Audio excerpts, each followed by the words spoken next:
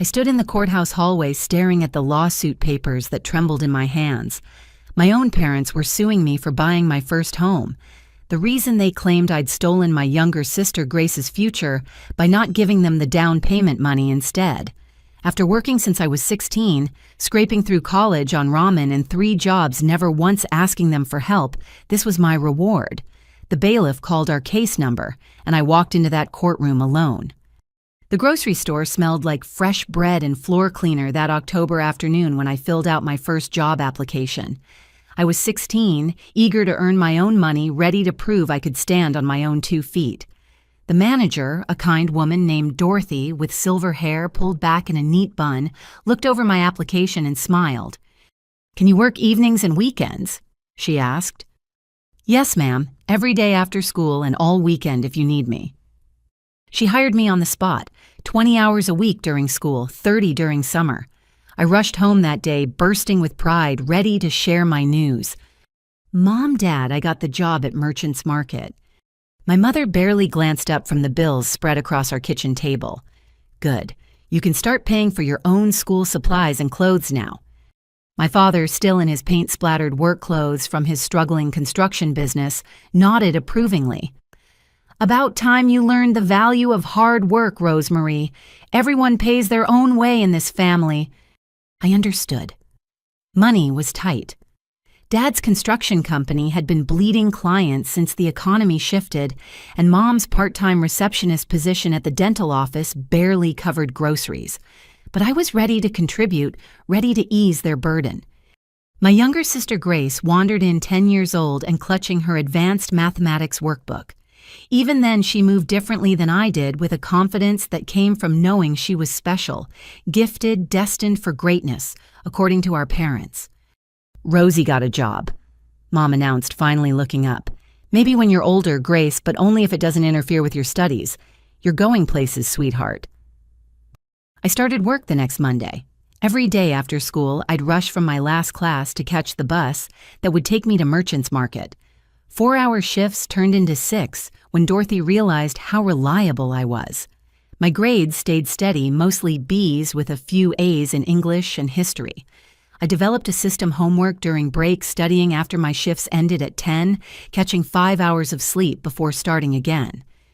The months blurred together in a rhythm of schoolwork, sleep, repeat. My earnings went towards school lunches, replacement shoes when mine wore through the graphing calculator required for junior year math. I watched other kids complain about their allowances while I counted every dollar, planned every purchase. One evening in May, just weeks before my high school graduation, I arrived home to find my parents huddled at the kitchen table with papers spread before them. Legal documents, bank statements, loan applications.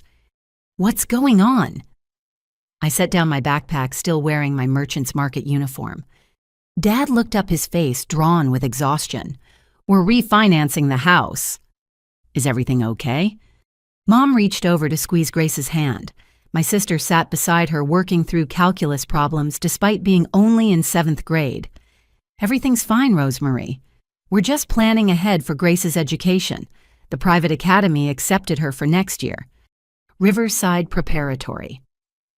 I knew the school, $30,000 a year uniforms that cost more than my entire wardrobe, students who went on to Ivy League universities.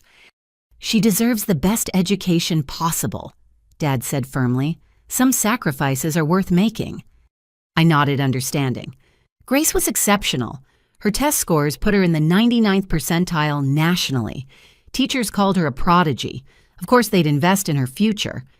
"What about college?" I asked carefully. "For me, I mean. I've been looking at state schools and with financial aid." "You're smart, Rosemarie. You'll figure it out." Mom's tone carried a finality that stopped further questions. "There are loan scholarships. You've always been independent." That night, after everyone had gone to bed, I sat in my room calculating numbers. Tuition room and board textbooks fees. The figures swam before my eyes. I'd saved $3,000 over 2 years of work, but it would barely cover one semester's books and supplies. 2 weeks later, at my graduation ceremony, I sat in my cap and gown watching other parents cry with pride as their children walked across the stage. My parents sat politely. Mom checking her phone, Dad's mind clearly elsewhere. Grace had a violin recital that evening they didn't want to be late for. When my name was called, I walked across that stage alone in every way that mattered. Dorothy from Merchants Market cheered louder than my own family. As I accepted my diploma, a terrible understanding settled into my bones. I'd been working since 16, but I'd really been on my own much longer than that. That night, while my classmates celebrated at graduation parties, I picked up an extra shift at the store. Dorothy asked why I wasn't out celebrating. "This is my celebration," I told her, organizing the cereal aisle. "Every hour I work is another step toward my future." She studied me for a long moment, then disappeared into her office. When she returned, she handed me an envelope. Inside was a $500 check and a note. "For the girl who never asks for anything but deserves everything. College will be lucky to have you." I cried in the break room, clutching that check. It was the first time anyone had invested in my future, had seen me as worthy of support.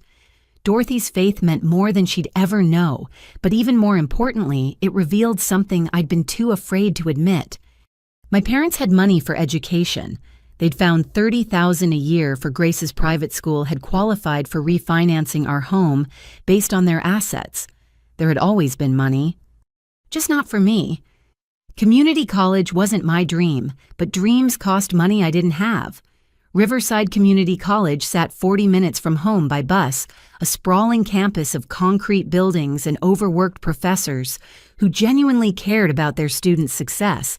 I enrolled in 15 credits and immediately started looking for night work to cover expenses. The Moonlight Diner hired me within a week, midnight to 6 in the morning, Friday through Tuesday serving truckers and shift workers who tipped well if you kept their coffee cups full.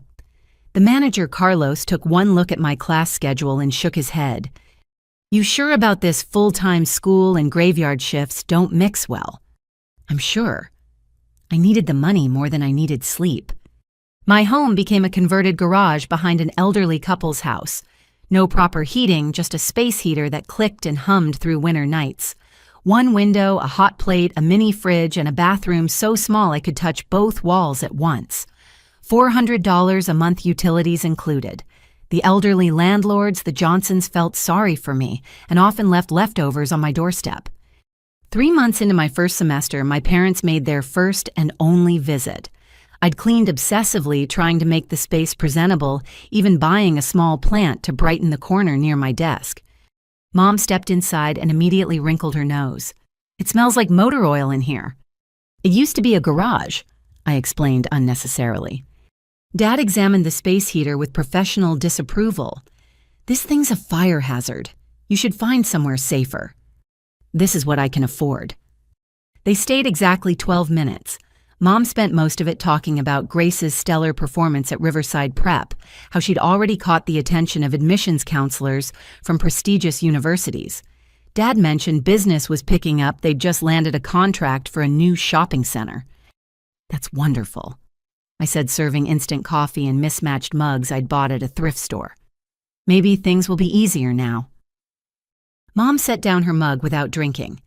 "Actually, that's partly why we're here. Grace's violin teacher says she needs a better instrument.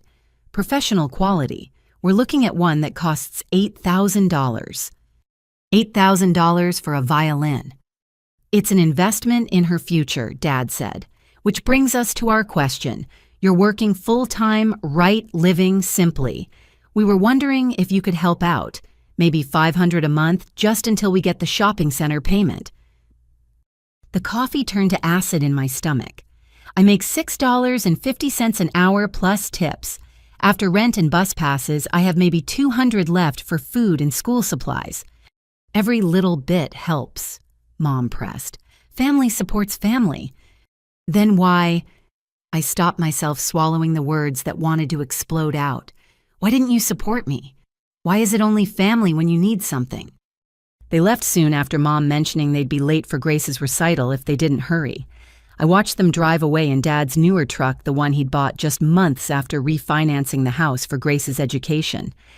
That semester, I discovered the true meaning of hunger. Not the skip lunch because you're busy kind, but the deep gnawing emptiness that comes from rationing one box of crackers and a jar of peanut butter across a week.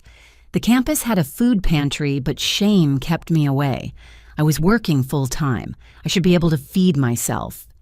Marcus Chen found me one Tuesday afternoon slumped over my chemistry textbook in the library, trying to ignore the way the formulas swam before my eyes. "Hey, you're in my calc class, right, Rosemarie?" I straightened, blinking away the dizzy spell. "Yeah, hi." He sat down without invitation, pulling out a container of leftover Chinese food. "My mom always packs too much. Want to help me out? I hate wasting food." The smell of sesame chicken nearly made me cry. Pride warred with hunger for exactly 3 seconds before I accepted. We ate in companionable silence while studying, and somehow it became our routine. Every Tuesday and Thursday, Marcus would appear with extras from home. Later, I learned he'd noticed me rationing a single granola bar across an entire study session and started bringing food specifically for me. He never made me feel like a charity case, never asked why I was so thin or why my hands sometimes shook during morning classes. He just showed up consistent and kind, my first real friend in years. Winter arrived with a vengeance that year. The space heater in my converted garage struggled against the cold, and I took to wearing every piece of clothing I owned to bed. My fingers turned clumsy from the cold, making note-taking difficult. I started spending more time on campus, finding warm corners in the library, stretching single cups of coffee across entire study sessions. One particularly brutal February night, the space heater died completely. I woke to see my breath clouding in the air, ice forming on the inside of my window. The Johnsons were visiting their daughter in Florida. I had no one to call, nowhere to go. I made it to campus on the first bus, huddling in the 24-hour study room until my morning shift at the diner. Carlos took one look at my blue lips and made me sit by the kitchen's heat lamps. "You okay, college girl?" "Heater broke. I'll figure something out." He studied me for a long moment, then disappeared into his office. When he returned, he handed me $300 cash. "No," I said immediately. "I can't." "It's an advance on your wages. You'll work it off. Can't have my best waitress freezing to death."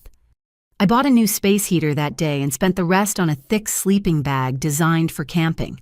The garage remained cold but survivable. I worked extra shifts to pay Carlos back within 2 weeks, but I never forgot his kindness. Spring semester brought new challenges. Grace visited one Saturday, driven by our parents who waited in the car. At 14, she'd grown tall and elegant, wearing designer jeans and a cashmere sweater that probably cost more than my monthly rent. "They said I could only stay 20 minutes, she announced, looking around my small space with poorly concealed shock. "Is this really where you live?" "It's not so bad, just temporary while I finish my associate's degree." She perched on the edge of my salvaged desk chair. "Mom says you're being stubborn, that you could live at home if you helped out more with family expenses." "Is that what she says?" "She says you've always been too proud, too independent for your own good, that you'd rather struggle than accept help." I wanted to laugh, or cry, maybe both. "Grace, has she ever told you how much they offered to help with my college?" She frowned. "They said they paid for your first semester before you insisted on doing it yourself." The lie sat between us, ugly and revealing. I could have corrected it, could have shown her my financial aid documents proving I'd never received a cent. But what would be the point? She was 14, thriving in her expensive school, beloved and supported. Why taint that with truth? "Everyone has their own path," I said instead. She left exactly at the 20-minute mark, pausing at the door.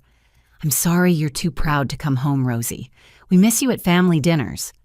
After she left, I sat on my narrow bed and let myself feel the full weight of my family's narrative.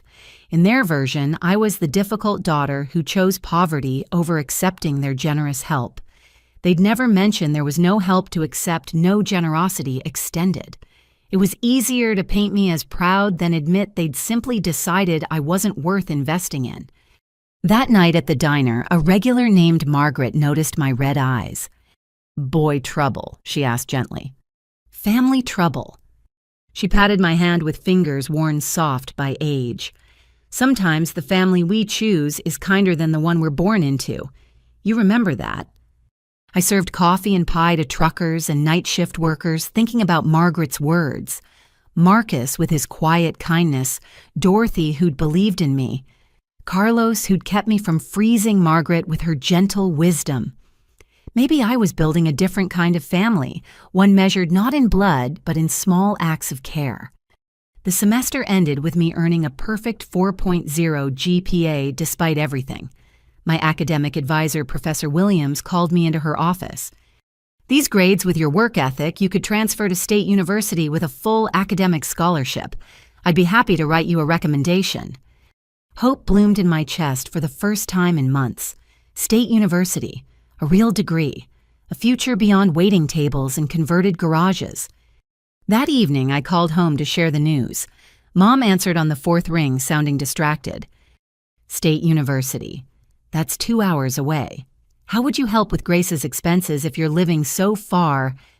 I wouldn't be able to help. I'd need every penny for my own education. The silence stretched long enough that I wondered if we'd been disconnected. "Well," she finally said, "I suppose you'll do what you want. You always have. Grace's teacher thinks she might qualify for early admission to Columbia. We'll need to start saving for application fees and college visits. Every sacrifice matters when it comes to securing her future." She hung up without asking about my scholarship, my grades, or my dreams. I set the phone down gently and opened my laptop to start the transfer application. If I was going to be alone in this journey, I might as well reach for something bigger than anyone believed I deserved. State University's campus spread before me like a small city, red brick buildings, connected by tree-lined pathways, where students hurried between classes with purpose and promise. My academic scholarship covered tuition and basic fees, but everything else fell on my shoulders. I arrived with 2 suitcases and a determination to make this opportunity count. The financial aid office became my second home those first weeks. I applied for every grant, every work-study position, every scholarship with requirements I could possibly meet. The woman behind the desk, Patricia, eventually knew me by name. "Back again, Rosemarie. What are we hunting for today?" "Textbook assistance programs. My chemistry book alone costs $300. She pulled up several applications on her computer. "You know there's also a tutoring position open in the math department. 20 hours a week pays $12 an hour." I filled out the application on the spot. Within a week, I was juggling 3 jobs tutoring struggling freshmen in algebra, washing dishes in the campus dining hall, and weekend shifts at a coffee shop downtown. My schedule ran from 5 in the morning until midnight most days, with classes squeezed between work shifts like precious gems I couldn't afford to lose. The exhaustion crept up slowly at first, dozing off during lectures, mixing up orders at the coffee shop, explaining the same equation 3 times before realizing I was saying it wrong. I lived on dining hall leftovers and instant noodles, saving every penny for rent on the small studio apartment I shared with 2 other girls. We'd strung curtains between our beds for privacy rotating shower schedules down to the minute. By November of junior year, my body started sending warnings I couldn't ignore. Dizzy spells during tutoring sessions, hands shaking too badly to write equations on the whiteboard, waking up on the bathroom floor with no memory of how I'd gotten there. "You need to see a doctor," my roommate Aisha insisted after finding me collapsed over my textbooks for the 3rd time that week. "Can't afford to miss work." "You can't afford not to. What happens to your scholarships if your grades slip?" She was right, but I pushed through another week, then another. Finals loomed, and I'd promised to cover extra shifts for coworkers traveling home for Thanksgiving. The coffee shop stayed busy with students cramming for exams, and I worked doubles, triples, whatever they'd give me. The breaking point came on a Wednesday morning. I stood behind the espresso machine watching steam rise in beautiful spirals when the world tilted sideways. The last thing I remembered was the crash of breaking ceramic and someone screaming my name. I woke in a hospital bed hooked to an IV drip, feeling like I'd been hit by a truck. A doctor who looked barely older than me stood writing notes on a chart. "Welcome back. You've been out for about 6 hours. Severe exhaustion, dehydration, malnutrition. When's the last time you ate a real meal?" I tried to remember. Monday, Sunday. The days blurred together into an endless cycle of work and study. I need to get back to work. My shift. Your shift is covered. Your manager, Carlos, called to check on you. Apparently you listed him as your emergency contact. Carlos from the old diner. I'd never updated my information when I'd moved away. Somehow, 2 years later, he was still the person I trusted most in a crisis. Your parents are on their way, the doctor continued. We called your other emergency contact when Carlos's number was disconnected. Dread pooled in my stomach. You called my parents. They should be here within the hour. I spent that hour trying to figure out how to explain this situation without sounding pathetic, how to frame working myself into hospitalization as something other than desperation. When they arrived, I needn't have worried about explanations. They had their own agenda. Mom rushed in, first designer purse clutched to her chest, looking around the hospital room with barely concealed disgust. Dad followed, checking his phone, probably calculating lost income from leaving work early. 3 days in the hospital, Mom announced without preamble. Do you have any idea what this will cost? I have insurance through the university, which we'll probably have to supplement. This is exactly what happens when you insist on doing everything alone. So stubborn, so proud. Dad finally looked up from his phone. We drove 2 hours for this, Rosemary. We have Grace's college prep consultant meeting this afternoon. I didn't ask you to come. The hospital called you. They exchanged one of their meaningful looks, the kind that always preceded what they considered tough love. Actually, Dad said, pulling papers from his jacket, this might be perfect timing. We need to discuss Grace's future. My IV drip seemed to beep louder in the sudden silence. What does Grace's future have to do with me being hospitalized? Mom smoothed the papers on my hospital tray table. She's been accepted to a pre-college program at Columbia, summer intensive. It's a huge opportunity, basically guarantees admission if she performs well. That's wonderful for her. It's $15,000, plus travel housing expenses, close to $20,000 total. I stared at the papers, understanding dawning like a cold sunrise. You want me to co-sign loans? Just as backup. We'll make the payments, of course. But the bank wants additional security. I'm 20 years old, working 3 minimum wage jobs, lying in a hospital bed because I collapsed from exhaustion. What bank would consider me additional security? Dad leaned forward. You have excellent credit from paying your own bills. That's all they need to see. Come on, Rosemary. Family helps family.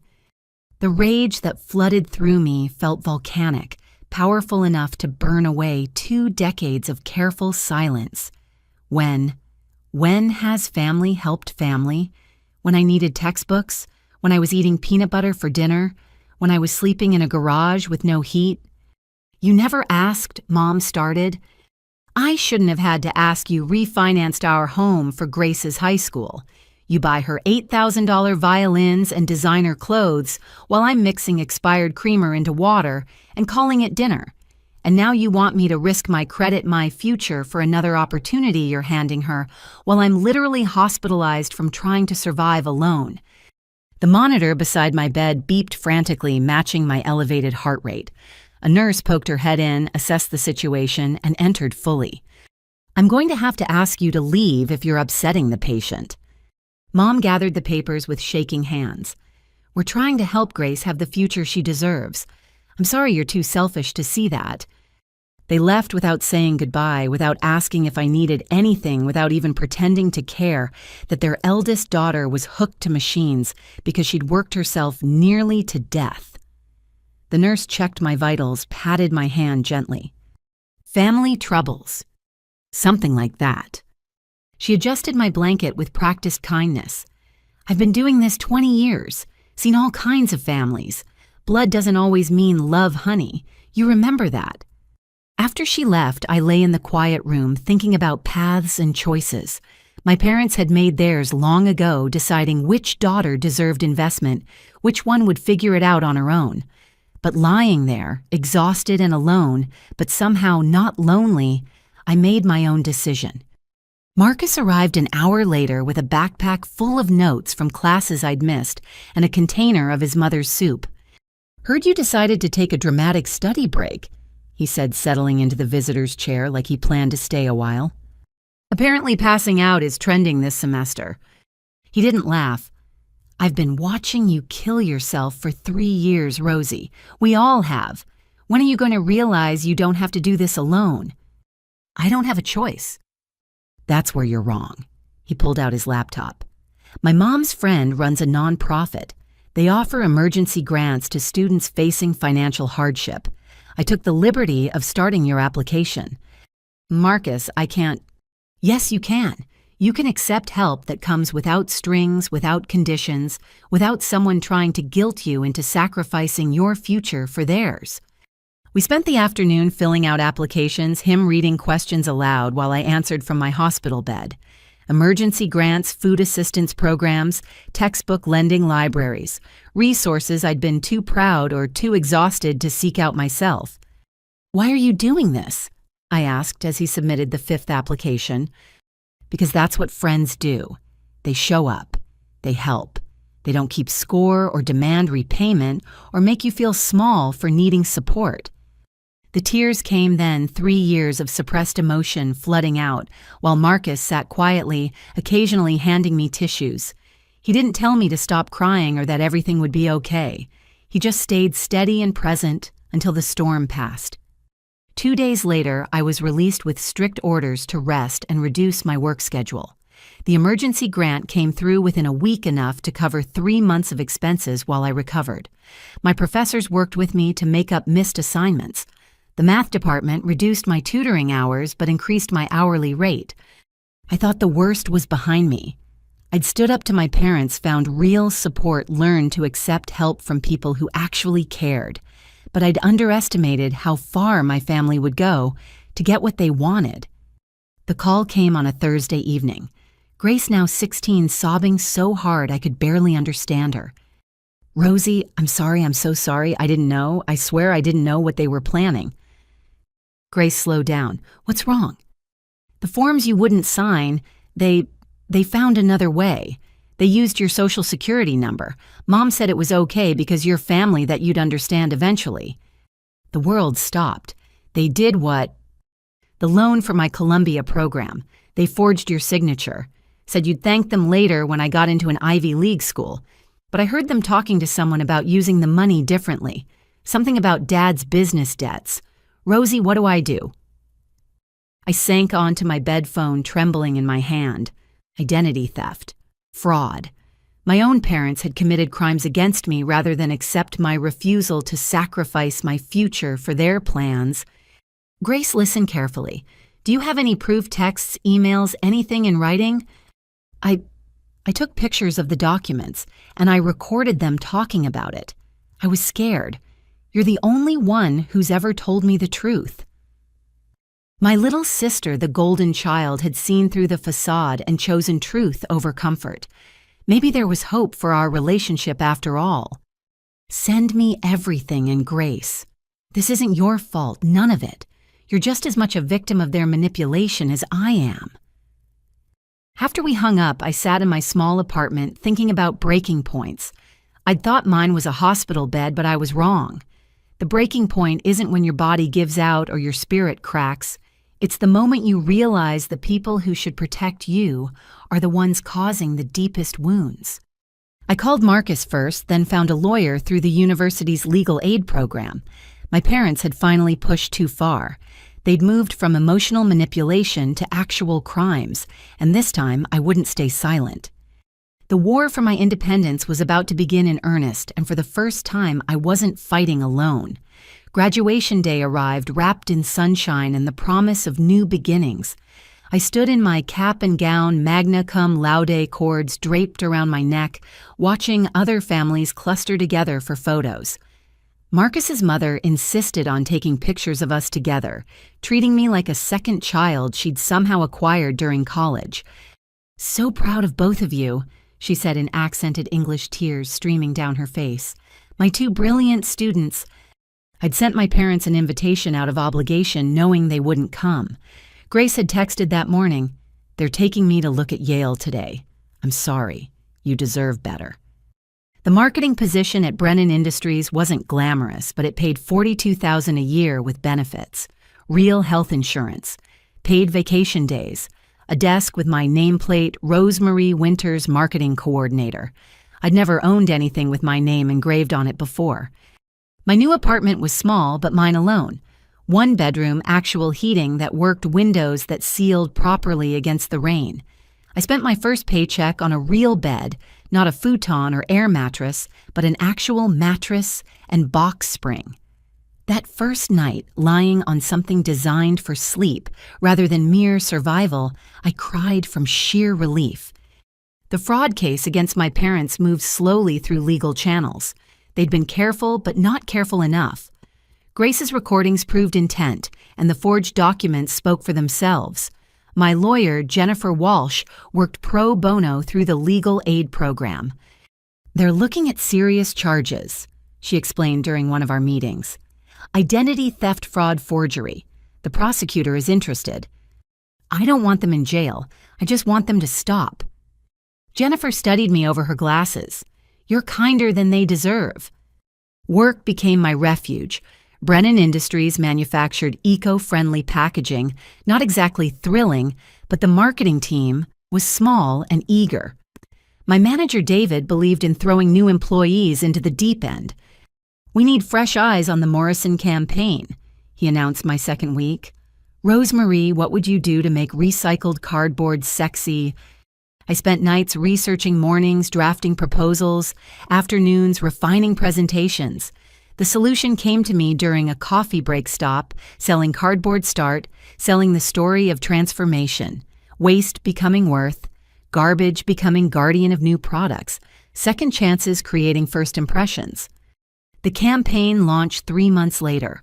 Orders increased by 40% in the first quarter. David called me into his office, grinning like he'd won the lottery.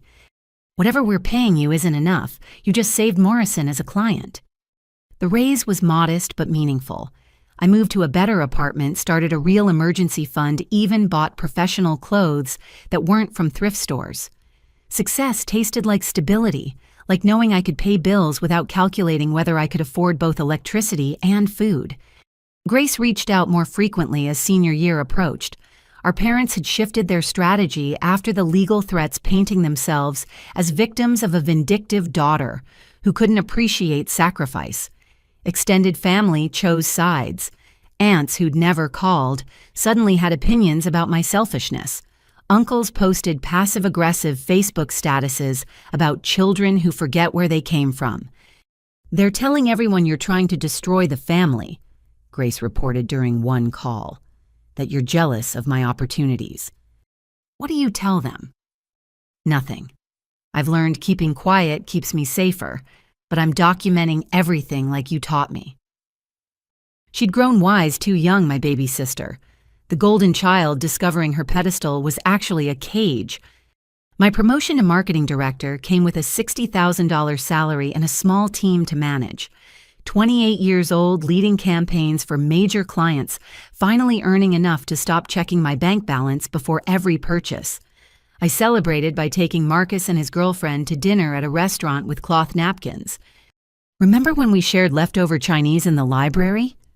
Marcus raised his glass. Look at us now. We survived, I toasted back. Despite everything, we survived. The success felt hollow sometimes. I'd catch myself wanting to call home to share wins with people who'd never celebrated them. Then I'd remember the hospital, the forged signatures, the decades of being told I wasn't worth investing in. Sarah Chen joined Brennan Industries as our new VP of Marketing. Brilliant, accomplished, and refreshingly direct, she took me under her wing immediately. David tells me you're the reason we kept Morrison, she said during our first meeting. Tell me about your approach. We talked for 2 hours about strategy, creativity, and the psychology of transformation. She saw something in me I was still learning to see in myself, potential beyond survival worth, beyond work ethic. I'm starting an MBA mentorship program, she announced weeks later, identifying high-potential employees and supporting their advanced education. Interested. I can't afford. The company covers 70%, loans for the rest. And before you spiral into anxiety about debt, remember that investing in yourself isn't the same as someone else stealing your future. This is your choice, your benefit, your advancement. I applied that night essays pouring out like water breaking through a dam. Why I wanted an MBA, what I'd contribute, how I'd use the education. For the first time, I was writing about my future without apologizing for wanting one. The acceptance letter arrived on a Tuesday. I sat in my apartment staring at it, waiting for someone to tell me there'd been a mistake. When no one did, I called the only person who'd celebrated my victories without reservation. Marcus, I got in, full admission to the evening MBA program. His whoop of joy was loud enough that I had to hold the phone away from my ear. We're going out, right now. This deserves champagne. That weekend, my parents made their move. They showed up at my workplace making a scene in the lobby about their ungrateful daughter who'd abandoned family for career. Security had to escort them out, but not before several clients witnessed the spectacle. David called me into his office the next morning. My stomach churned, certain I was about to lose everything I'd built. Are you okay? He pushed a box of tissues across his desk. Security gave me the full report. Those were your parents. I'm so sorry. I'll understand if... Rosemary, stop. I'm not firing you. I'm worried about you. Do you need time off legal resources? The company has employee assistance programs. I stared at him, uncomprehending. You're not angry. I'm furious. At them. No parent should ambush their child at work. That's harassment, and we take employee safety seriously. HR is already drafting a no trespass order. The tears came then, relief and gratitude, and a decade of suppressed grief pouring out while my boss sat quietly, occasionally murmuring that everything would be okay. Later, Sarah stopped by my office with coffee and unexpected wisdom. Family dysfunction doesn't define you, she said simply. How you rise despite it does. And you, my dear, are rising beautifully. Word spread through the office about what had happened. Instead of judgment, I found support. Colleagues shared their own stories of difficult families, of choosing career over dysfunction, of building lives on their own terms. My marketing team rallied around me, protective and fierce. Anyone who messes with our director messes with all of us, my assistant declared, setting a plan on my desk. This is for good energy, and I've already warned reception about any unexpected visitors. Grace called that night, voice thick with tears. They're losing it, Rosie. The legal bills, the business failing. They're talking about suing you for defamation, now saying you've ruined their reputation. Let them try. Truth isn't defamation. I'm scared. What if they come after me next? I'm almost 18. They're already talking about taking loans for my college. Then we make sure you have options they don't control. Start applying for scholarships now. Get a job, even part-time. Build your own credit. Document everything. And grace. The moment you turn 18, I'll help you open your own bank accounts. They can't steal what they can't access. We spent an hour strategizing her independence. The little sister I'd protected from afar, finally ready to protect herself. She'd learned from my mistakes would make her escape with more wisdom than I'd had. My first MBA class was financial management. I sat in the lecture hall surrounded by other working professionals and felt like I belonged. No longer the girl in thrift store clothes, hoping no one noticed. Now I was Rosemary Winters, marketing director, MBA candidate survivor, writing her own success story. The professor discussed investment strategies, and I thought about investments beyond money. Sarah investing mentorship in me. Marcus investing friendship when I had nothing to offer in return. Jennifer investing legal expertise in justice. Even Grace investing trust in the sister who'd been painted as the family villain. Some investments compound over time, growing stronger with each passing year. Others, like my parents' conditional love, were debts disguised as gifts, demanding repayment with interest that would bankrupt your soul. I chose my investments more carefully now. Time, energy, trust, and love went to people who saw my worth beyond my utility. The returns were already paying dividends in ways my parents' calculator hearts could never compute. My phone buzzed with a text from Marcus. Proud of you, MBA student. Coffee tomorrow to celebrate.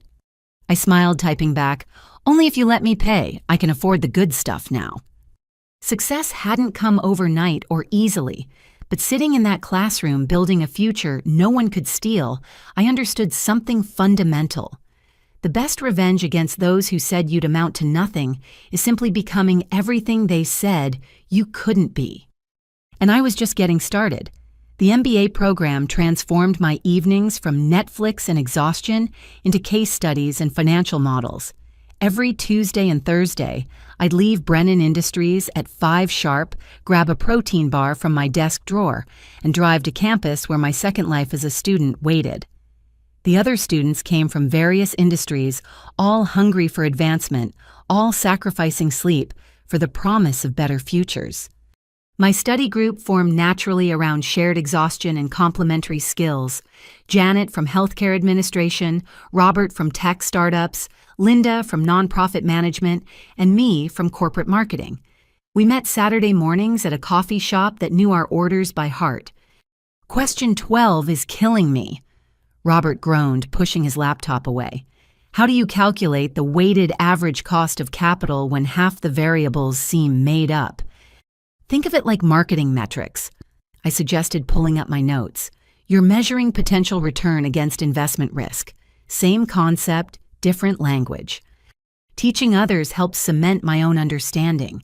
Years of explaining algebra to struggling freshmen had prepared me for translating complex concepts into digestible pieces. My professors noticed often, calling on me to bridge theory and practice. Sarah became more than a mentor. She evolved into a sponsor, actively creating opportunities for my growth. When Brennan Industries landed a contract with Morrison's competitor, she assigned me as lead strategist. This is a $10 million account, she said, sliding the briefing across her desk. Think you can handle it? Absolutely. Good, don't prove me wrong. The Hartley Corporation manufactured sustainable building materials, competing directly with our Morrison packaging success.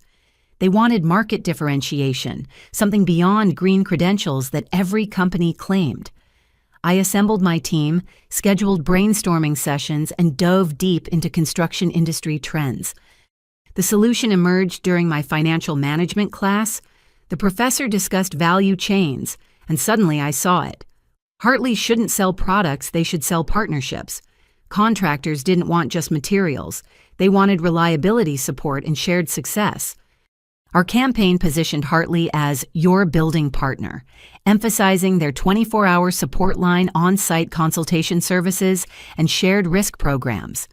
When we presented to their board, the CEO stood up and applauded. This is exactly what we've been trying to articulate. You understand our business better than we do. The account tripled our projected revenue. David retired early, recommending me as his replacement. At 29, I became the youngest marketing director in Brennan Industries history, managing a team of 12 and a budget that would have seemed fictional to my younger self. My parents predictably tried to take credit. Someone showed me their Facebook post, so proud of our daughter Rosemarie following in her father's entrepreneurial footsteps. We always knew she'd succeed in business, just like we planned. I didn't respond, didn't correct the narrative or point out the irony. Success was its own response, louder than any Facebook argument could be. Grace called more frequently as her high school graduation approached. Our parents' financial situation had deteriorated further. Dad's construction business filed for bankruptcy, Mom's receptionist job barely covering their refinanced mortgage payments. The Golden Child's college fund had evaporated into business debts and failed investments.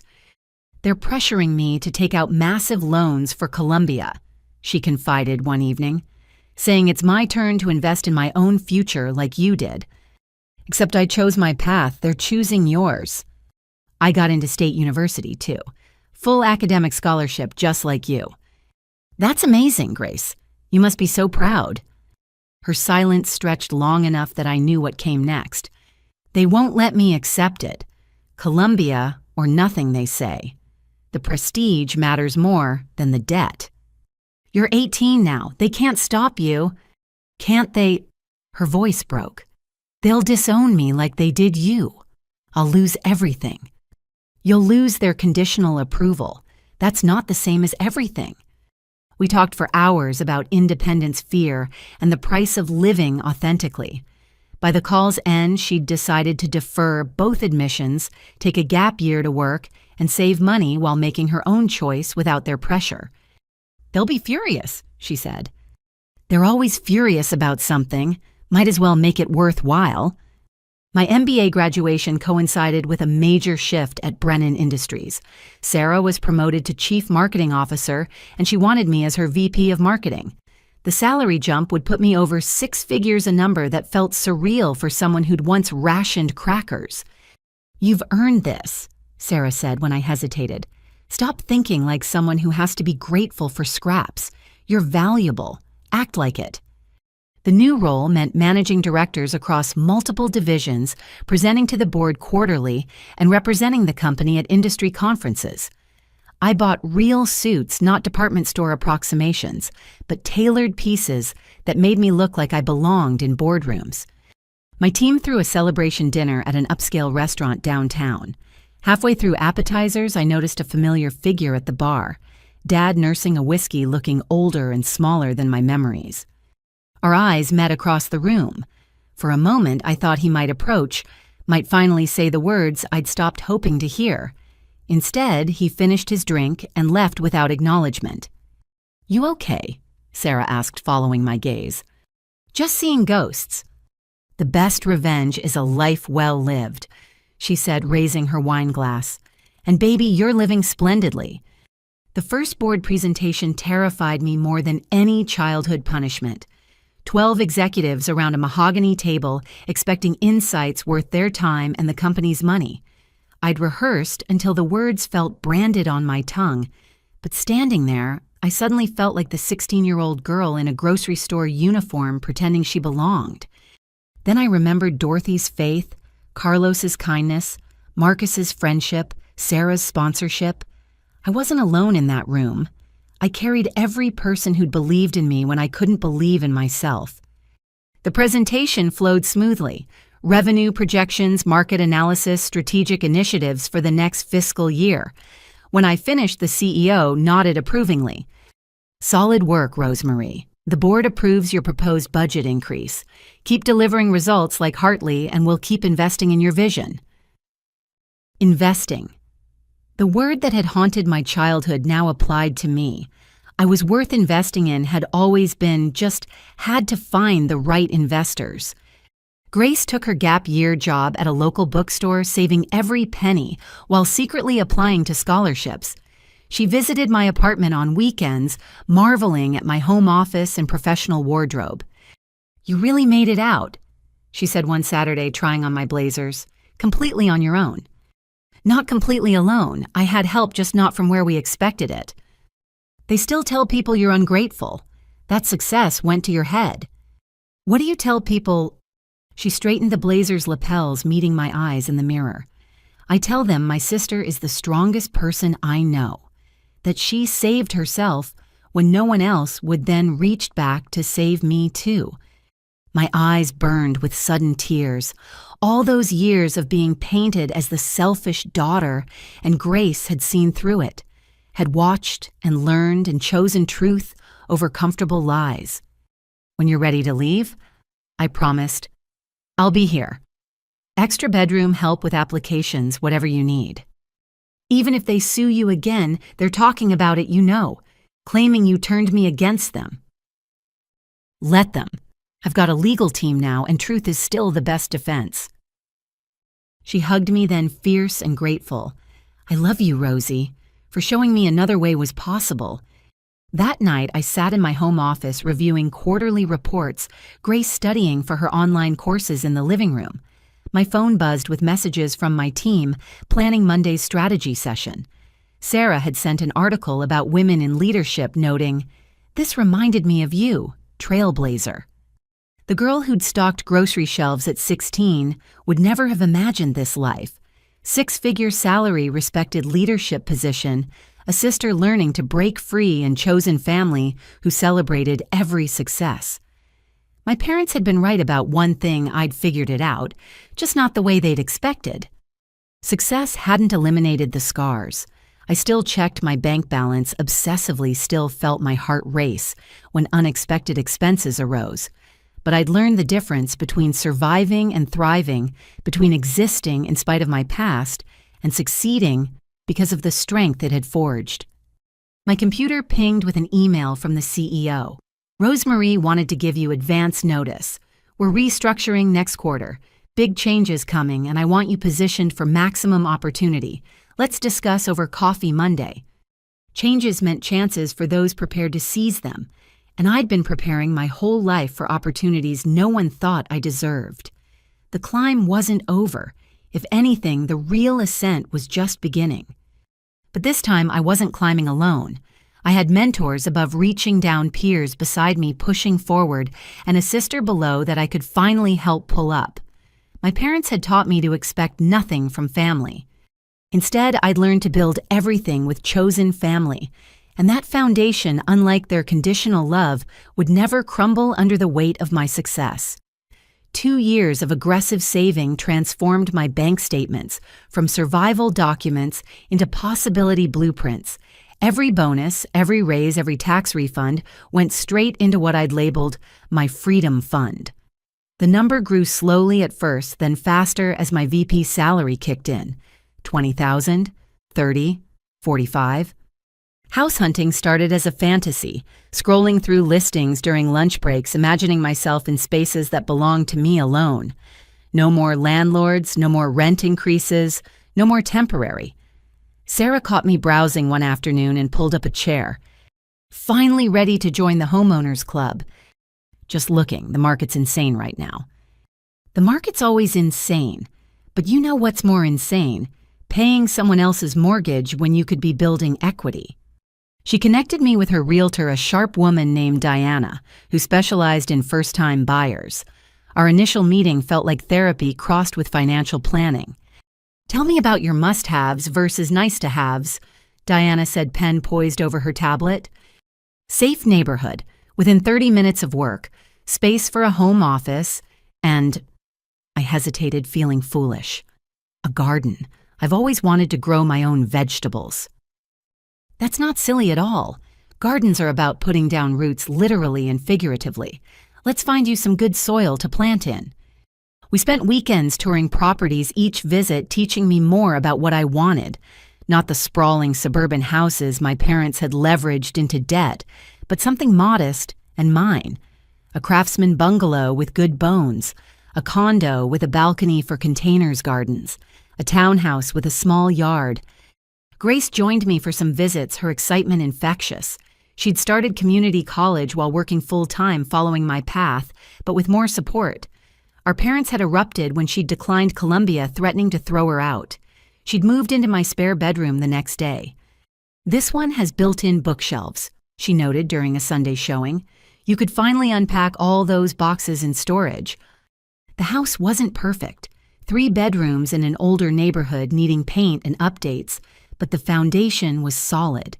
The backyard stretched longer than expected, with raised garden beds some previous owner had built with love. I stood on the back deck imagining tomato plants and herb gardens and felt something shift in my chest. "I want to make an offer." Diana smiled. "I thought you might. Let's write it up." The first offer fell through. Another buyer swooped in with cash, $20,000 over asking. I cried in my car afterward, the rejection hitting harder than it should have. Grace found me there and climbed into the passenger seat. "It wasn't meant to be yours," she said simply. "Your house is still waiting." 3 more rejections followed. Cash offers, waived inspections, escalation clauses I couldn't match. The market felt rigged against first-time buyers with hard-earned down payments instead of family money. Diana kept my spirits up with strategic encouragement. "You only need one yes, and when it comes, it'll be the right one." The right one appeared on a rainy Thursday. A 2-story colonial that had sat on the market for 3 weeks due to dated wallpaper and a questionable paint color, the listing described as unique sage. I walked through the rooms and saw potential everywhere. The inspection came back clean bones solid despite cosmetic flaws. "We can work with ugly," Diana said. Ugly is just opportunity in disguise. My offer went in at asking price with a personal letter about growing up dreaming of a garden, of wanting to paint these walls with my own choices. The seller's an elderly couple downsizing to a retirement community, accepted immediately. They like that you'll actually live here, Diana reported. Not flip it or rent it out. They raised their kids in this house. They wanted it to shelter someone else's dreams. The closing date approached like a birthday and funeral combined. Excitement warred with terror as I signed paper after paper, initializing my commitment to 30 years of mortgage payments. But when the keys dropped into my palm, cool metal against skin that had once blistered from minimum wage labor, I felt only triumph. "Congratulations, homeowner," Diana said, shaking my hand. "You've earned this." I drove to my house, and sat in the driveway for 20 minutes, just staring. Every window represented years of overtime. Every shingle was a skipped meal, a foregone purchase, a careful choice. This wasn't just property. It was proof that a 16-year-old grocery clerk could become something more. Moving day was chaos and joy. Marcus and his wife arrived with a truck and mussels. Sarah brought champagne and a potted orchid, for good luck. My marketing team descended like benevolent locusts carrying boxes and assembling furniture.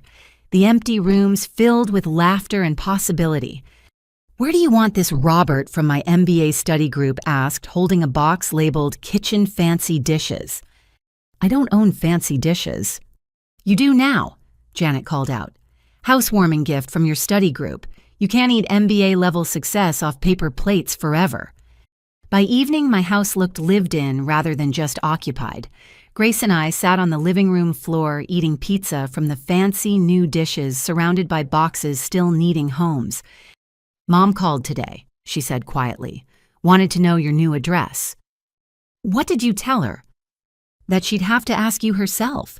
Then she launched into a tirade about ungrateful daughters who abandon family. "You're not abandoning anyone. You're choosing yourself."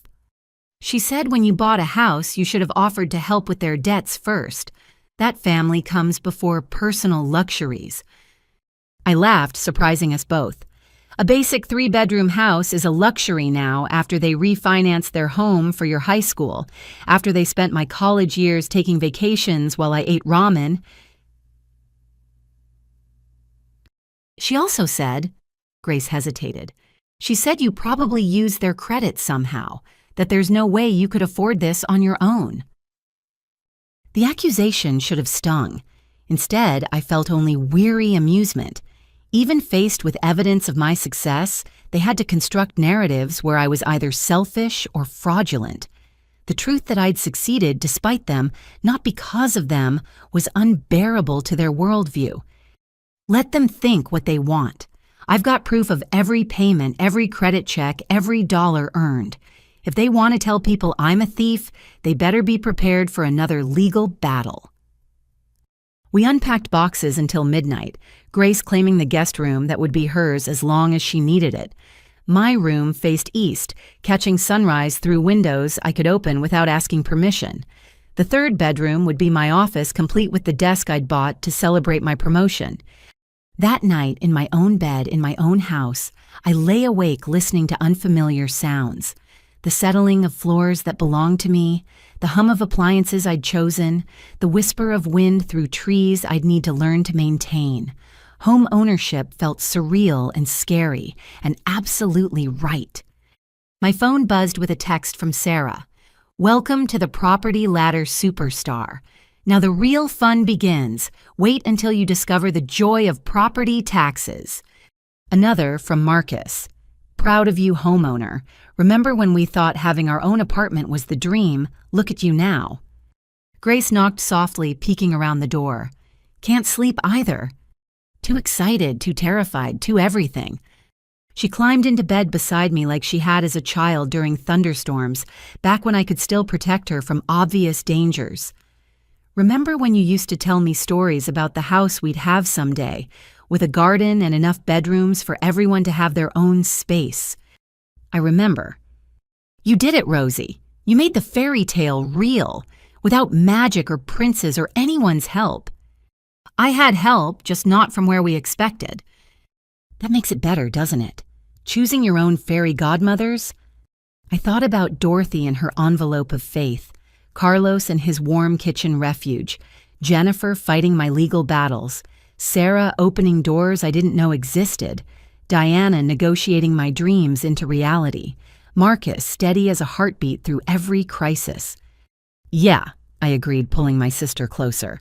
Chosen fairy godmothers are definitely better. Morning arrived with sunlight streaming through my windows, illuminating dust motes that dance like possibilities. My house, my mortgage, my achievement that no one could claim or diminish or steal. The 16-year-old girl stocking shelves had traveled further than miles could measure. Grace was already in the kitchen making coffee in the machine we'd unpacked last night. First breakfast in your new house. What'll it be? Anything but ramen or peanut butter crackers. I think we can manage that.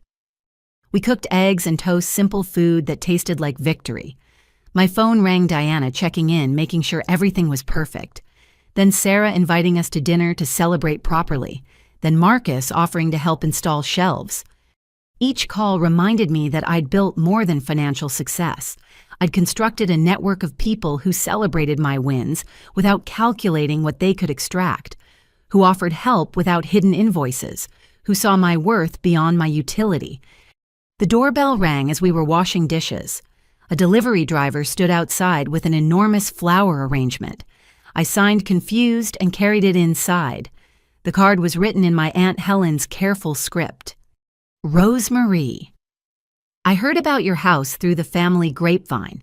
Whatever stories they're spinning, I know the truth. You did this yourself with the strength they never recognized. Welcome home, sweetheart. You've earned every square inch. Love, Aunt Helen. I set the flowers on my dining table, my table in my house, and let the tears fall freely. Somewhere in the extended family ecosystem of lies and taking sides, truth had survived. Someone else had watched my journey and seen it clearly. She's right, you know, Grace said softly. You earned every square inch, and I'm so proud to be your sister. The house would need work, paint and repairs, and probably a new water heater eventually. But it was mine to improve, mine to tend, mine to fill with chosen family and real celebration. The foundation was solid, built on years of sacrifice and determination.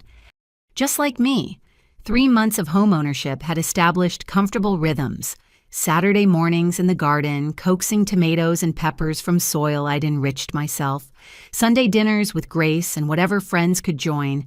Evenings in my home office working on strategies that would elevate Brennan Industries to new heights. The certified letter arrived on a humid Saturday morning in August. I'd been weeding the garden bed's dirt under my fingernails and sweat on my brow when the mail carrier required my signature. The return address made my blood freeze. Hartwell and Associates attorneys at law. Inside, Grace was making breakfast, humming off-key to the radio.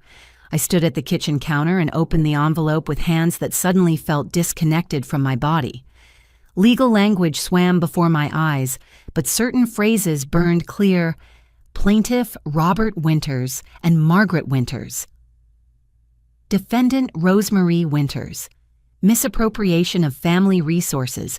Nellie, unjust enrichment. Demands judgment in the amount of $387,000. $387,000. The number was so absurd I actually laughed, a sharp sound that made Grace turn from the stove. Rosie, what's wrong? I handed her the papers wordlessly, watched her face cycle through confusion, disbelief, and finally rage. They're suing you for buying a house. Their listed cause is failure to fulfill familial obligations. What does that even mean? It means they've finally lost their minds. I sank into a kitchen chair, my beautiful kitchen in my hard-earned house, and read the complaint thoroughly. According to my parents' lawyer, my accumulation of assets while family members struggled financially constituted a breach of implicit familial contract.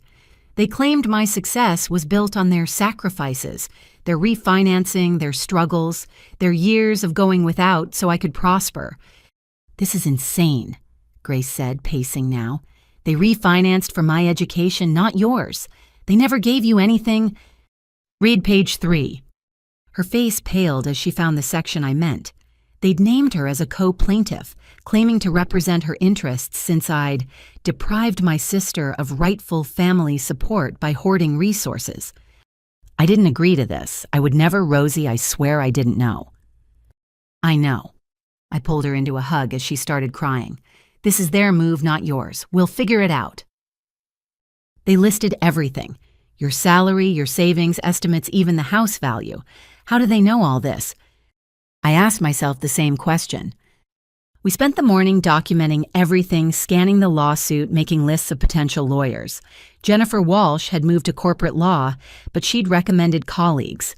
I left messages with 3 firms, then called Sarah. They did what? Her voice could have frozen fire.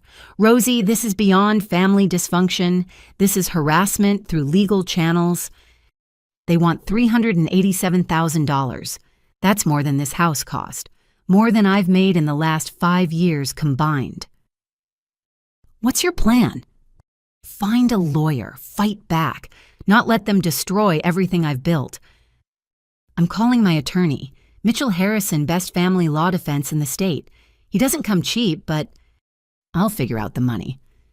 No, you'll let me help. This isn't charity, Rosie. This is investing in justice and protecting a valued colleague from predatory behavior. Send me the documents. Mitchell will review them pro bono initially. After we hung up, I sat in my garden watching bees visit the flowers I'd planted. Everything felt fragile suddenly, like my parents could reach through legal papers and snatch away all I'd cultivated. Grace joined me, carrying 2 mugs of tea. I'm 18, she said quietly. They can't force me to be part of this lawsuit, can they? No, you can withdraw your name, file your own response. You're not responsible for their choices. What if I testified for you instead, told the court the truth about our childhoods? That's your choice. But Grace, they'll destroy you for it. You know that, right? You'll be the ungrateful daughter who betrayed family for her sister's money. As opposed to the grateful daughter who helped sue her sister for existing successfully, she laughed bitterly. I'm already the disappointment who chose community college. Might as well be disappointing with integrity. By Monday, Mitchell Harrison had reviewed the case and agreed to represent me. His office occupied the top floor of a downtown high-rise, all glass and leather and quiet power. He was younger than expected, early 40s, with prematurely silver hair and eyes that missed nothing. This is one of the most frivolous lawsuits I've ever seen, he said, setting down the complaint. They're essentially suing you for succeeding without them. No legal basis, no valid contract, no grounds whatsoever. The question is why now? I bought a house, posted 1 photo on social media for friends, nothing flashy, just me holding the keys. Show me the post. I pulled it up on my phone. Simple image captioned, "Dreams do come true. Homeowner at last." The likes and comments were all supportive friends and colleagues celebrating my milestone. Mitchell studied it like evidence. Your parents aren't connected to your social media. I blocked them years ago. But Grace wasn't blocked, and if they have access to her accounts... Understanding dawned cold. They've been monitoring me through her social media, watching my life through her connections. Most likely. The timing isn't coincidental. They saw you buy property and thought, asset we can target. The question is whether they're desperate or strategic. Both, Grace said. Dad's business is gone. Mom lost her job last month. They're behind on the mortgage they refinanced for my education. I heard them talking about bankruptcy. So they see their successful daughter and think lawsuit lottery. Mitchell made notes on a legal pad. Here's what's going to happen. I'll file a response and a motion to dismiss. The claims are baseless, but we'll need to document everything. Every dollar you've earned, every expense you've covered yourself, every time they refused to help when you needed it. I've kept everything. Pay stubs from when I was 16, college financial aid documents showing no parental contribution, even text messages where they asked me for money while claiming I owed them support. Good. Grace, I'll need a sworn affidavit that you didn't consent to being named as a plaintiff. Done. What else can I do? Document any conversations about this lawsuit. If they're discussing strategy planning to hide assets or admitting to false claims, we need to know. We left with a battle plan and a retainer agreement that made my stomach clench. Justice wasn't cheap, but losing would cost everything. I authorized the payment and tried not to think about how many overtime hours it represented. Word traveled fast through family networks. By Tuesday, my phone buzzed with messages from relatives I hadn't heard from in years. Aunt Helen called directly, furious. They're telling everyone you're a millionaire who abandoned them to poverty, that you use their connections to get jobs and then refuse to share success. What connections? Dad's failed construction business, Mom's part-time receptionist job.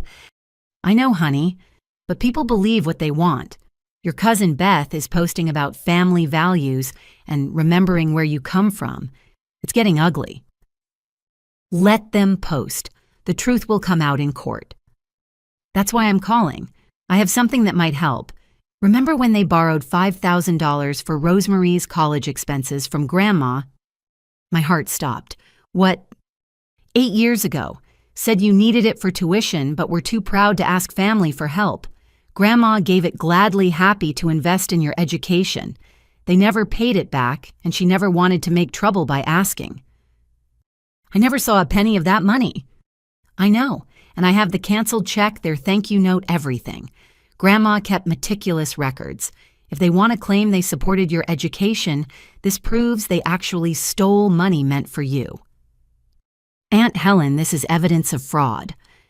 Yes, it is, and I'm done watching them paint themselves as victims while you get crucified for succeeding honestly. Send me your lawyer's information. Grandma would want the truth told. That evening, local news picked up the story. Parent sues successful daughter for house down payment made irresistible headlines. Reporters called seeking comments. My company's PR team went into crisis mode. Sarah stood by my desk, radiating protective fury. We're releasing a statement supporting you completely. Any reporter who wants to spin this as corporate greed can deal with our legal department. I never wanted this to affect work. Stop. A company that doesn't protect employees from harassment isn't worth working for. We've got your back. Grace found me that night sitting in my home office staring at financial documents. Building this life had taken everything I had. Now I might lose it all to the people who'd contributed nothing but pain. I recorded them, she said quietly, holding out her phone. Dad called to coach me on what to say in court. I got all of it. I listened to our father's voice explaining how to emphasize my selfishness, how to imply I'd hidden bonuses and raises, how to make the judge believe I'd stolen Grace's future. The calculations in his tone were worse than hatred. This was business to him, a transaction where I was merely an account to liquidate. He actually said I should cry when discussing my college loans, Grace noted. Specific instructions on emotional manipulation. Will you give this to Mitchell? Already emailed, along with 3 other recordings from the past week. They're getting sloppy, saying things they shouldn't. This is going to get so much worse before it gets better. I know. She sat beside me, shoulder to shoulder. But you survived working 3 jobs and eating crackers for dinner. You survived their neglect and their lies and their theft. You'll survive this too. We'll survive this. They came after both of us, Grace. Win or lose, we face it together. Outside, my garden grew in defiance of everything trying to uproot my life. Tomatoes ripened herbs, flourished, flowers bloomed on schedule. Nature didn't care about lawsuits or family betrayal. It just kept growing, reaching for light, developing strong roots that could weather any storm. I would do the same. My parents had finally overplayed their hand, moving from emotional manipulation to legal warfare. They'd taught me to expect nothing from family, to build everything alone. Now those lessons would be their downfall, because I'd learned to document everything, trust carefully, and fight for what was mine. The lawsuit was meant to break me, to drain my resources and force me back into the family dynamic of taking without giving. Instead, it would reveal exactly who they were, not just to me, but to everyone watching. Sometimes the gift wrapped in attack is the clarity to fight back without guilt. They wanted a legal battle, they'd get one. But this time, I wasn't a 16-year-old girl with empty pockets and nowhere to turn. I was Rosemary Winter's homeowner executive survivor. And I was done being anyone's victim. Mitchell Harrison's law firm occupied 3 floors of the Meridian Tower, but the war room he'd designated for my case felt intimate despite its glass walls. Boxes of evidence lined one wall. My entire financial life laid bare in manila folders and digital files. Jennifer Walsh sat at the conference table, having taken a day off from her corporate job to support the transition. Their lawyer is Bradley Stevenson from Hartwell & Associates. Mitchell explained, pulling up the firm's website. He specializes in family financial disputes, usually inheritance battles. The fact they could afford him is interesting. They can't afford groceries, but they hired a downtown lawyer, Grace asked. Contingency basis, most likely. He only gets paid if they win, which means he thinks there's money to be made here. Jennifer leaned forward. Or he took a retainer betting on Rosemary settling to avoid publicity. That's what we need to establish. Are they looking for a quick payday or prepared for a long fight? My phone buzzed with another unknown number, the 20th today. I sent it to voicemail, already knowing the script, a distant relative calling to mediate, to remind me about family bonds, to suggest I just give my parents something to make this go away. Local news wants a statement, Sarah said, entering with my PR manager. We've had 3 interview requests this morning. No interviews until Mitchell approves, I said. But I won't hide either. They started this public fight. The afternoon was devoted to depositions preparation. Mitchell walked me through potential questions, teaching me to answer truthfully, but minimally. Every word mattered in legal proceedings, he reminded me. Truth was my shield, but oversharing was a sword they'd turn against me. They'll try to make you emotional, he warned. Bring up childhood memories. Family holidays make you seem cold for succeeding while they struggled. Stay factual. Emotions are for closing arguments, not depositions. The first real confrontation came 2 weeks later at the preliminary hearing. I dressed carefully, professional but not flashy, wanting to appear successful but not wealthy. Grace sat behind me in the gallery, her affidavit already filed, stating she hadn't consented to being a plaintiff. My parents entered like they owned the courtroom, dad in a suit I recognized from Grace's high school graduation, mom clutching a tissue she'd yet to need. They didn't look at me, focusing instead on their lawyer's whispered instructions. Bradley Stevenson stood to present their case, his voice carrying the practiced cadence of someone who'd made juries cry. He painted a picture of struggling parents who'd sacrificed everything for their daughters' futures, only to be abandoned by the elder who hoarded success while family suffered. My clients refinanced their home to provide educational opportunities, he intoned, worked multiple jobs to keep the family afloat. Meanwhile, Ms. Winters accumulated significant wealth, while claiming she owed them nothing. Judge Patricia Corman, a woman in her 60s with sharp eyes and no patience for dramatics, interrupted. Counselor, I've reviewed the complaint. Where's the legal basis for this claim? What contract was breached? What law was violated?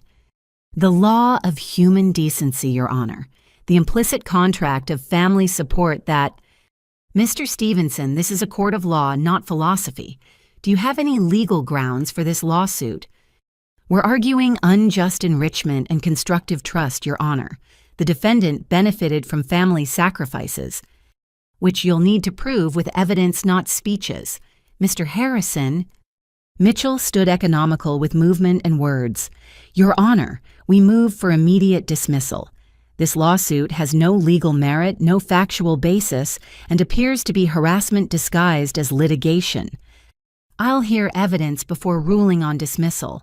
But Mr. Stevenson, you're on notice.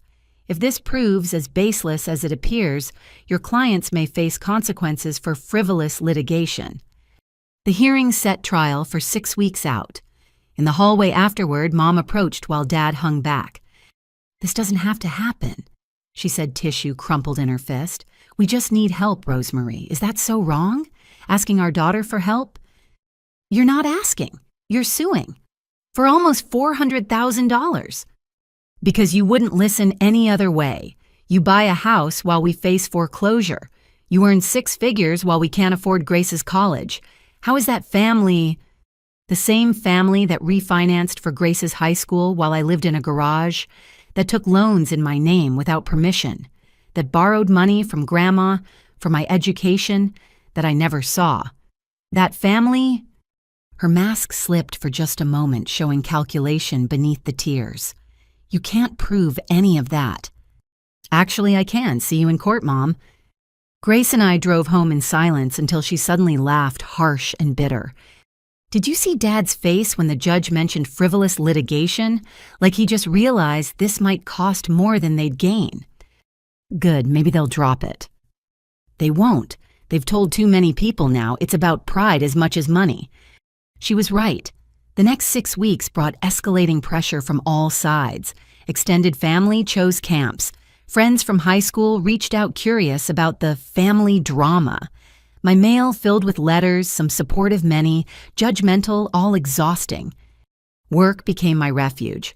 The Hartley campaign had evolved into a case study taught at business schools, and speaking invitations poured in. Sarah encouraged me to accept them. "Control the narrative," she advised. "Be the successful professional, not the embattled daughter." I spoke at a Women in Business conference about overcoming obstacles, never mentioning the current lawsuit, but letting my history stand as testament. The audience gave a standing ovation when I concluded with, "Sometimes the greatest gift is learning early that you can only depend on yourself. It makes every achievement truly yours." Meanwhile, Mitchell built our defense meticulously. Aunt Helen provided Grandma's records proving my parents had taken money meant for me. Former co-workers testified about my work ethic, hours logged, wages earned.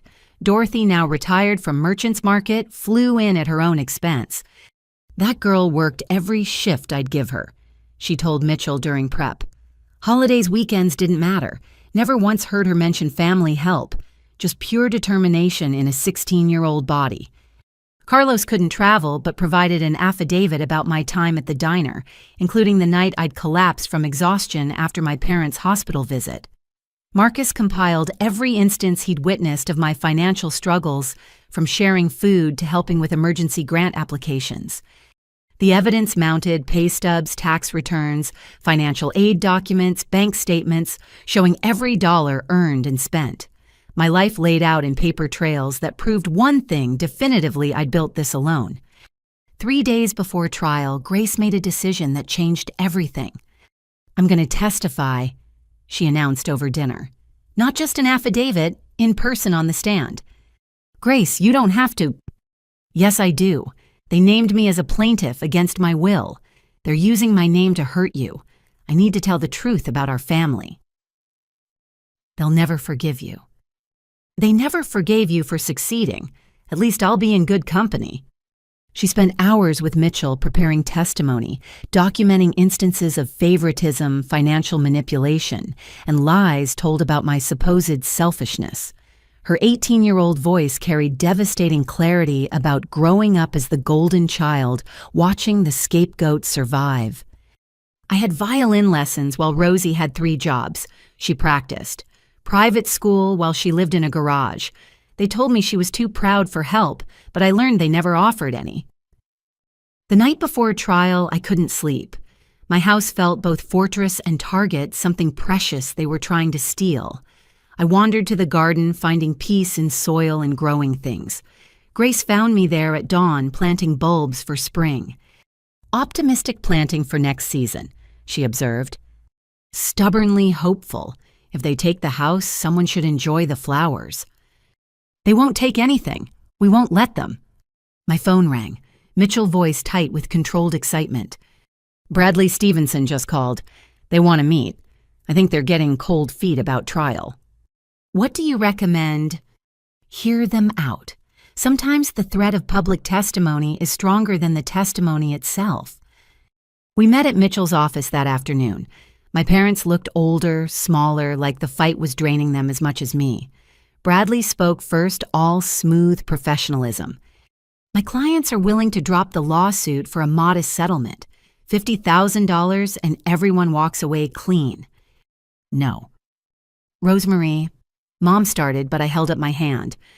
You sue me for nearly $400,000, drag my name through mud, try to steal my sister's voice, and now want $50,000 to go away? No.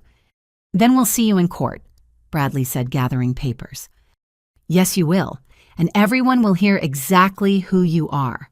Every lie, every manipulation, every dollar stolen. Grace will testify. Aunt Helen will testify. My entire history will be public record. Is that what you want? Dad spoke for the first time, voice rough. You'd destroy your own family.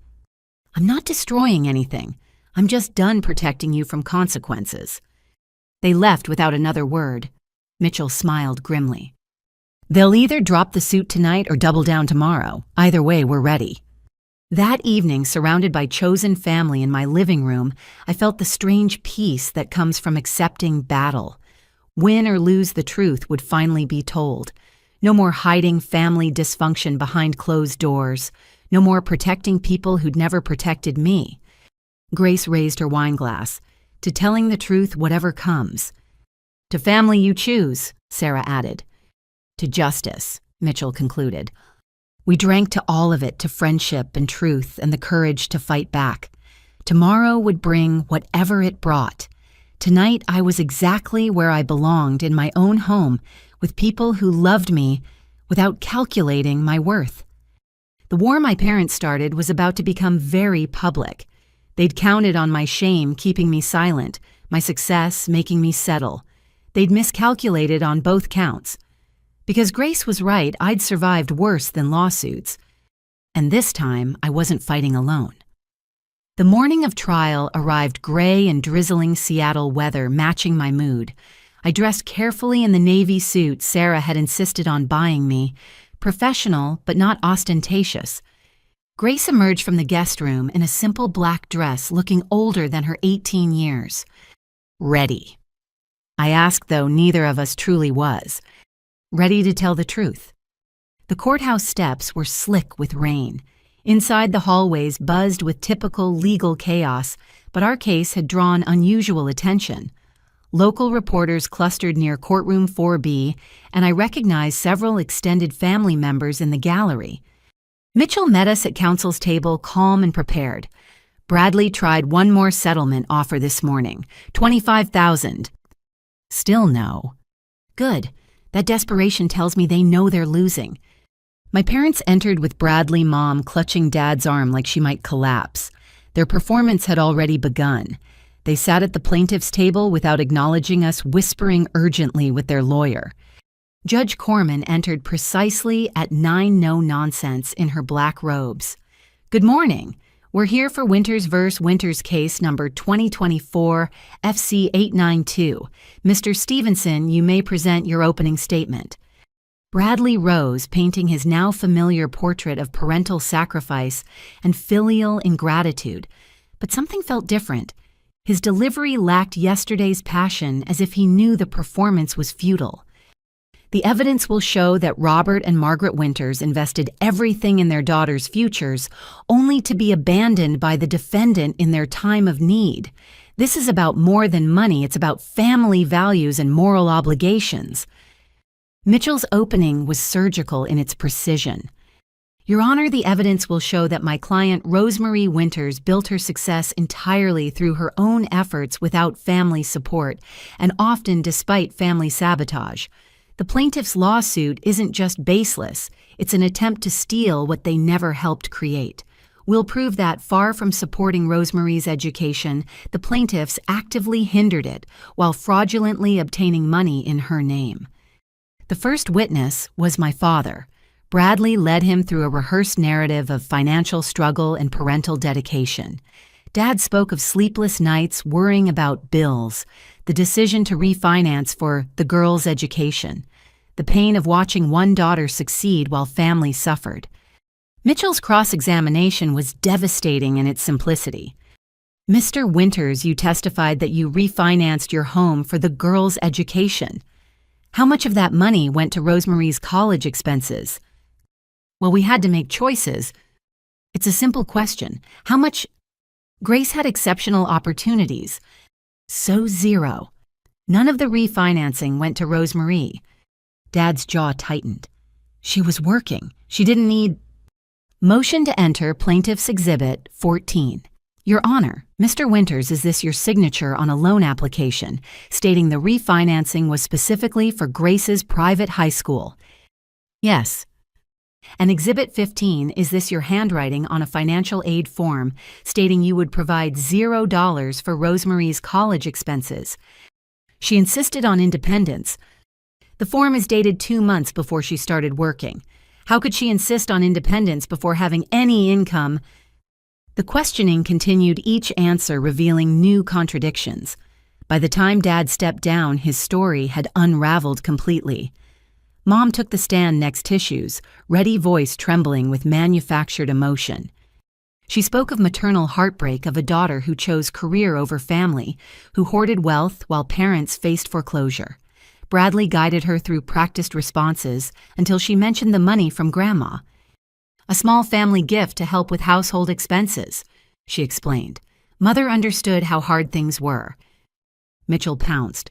Mrs. Winters, I'm showing you Defense Exhibit 8. Can you read what's written on this check's memo line? Mom's face went pale. It says, for Rosemary's college. And the amount? $5,000.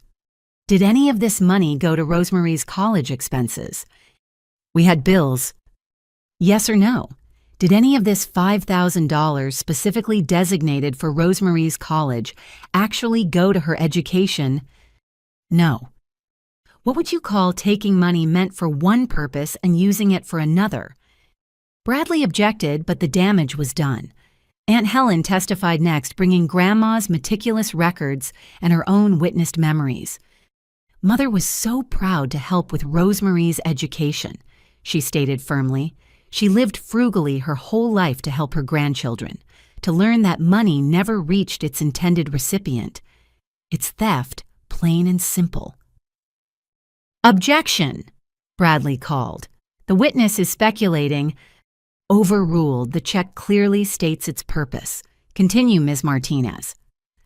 Aunt Helen provided more documentation, birthday cards where my parents mentioned my supposed college success, while I was actually working 3 jobs, emails discussing family finances that revealed patterns of deception, even a recorded voicemail where Dad admitted to borrowing from Peter to pay Paul.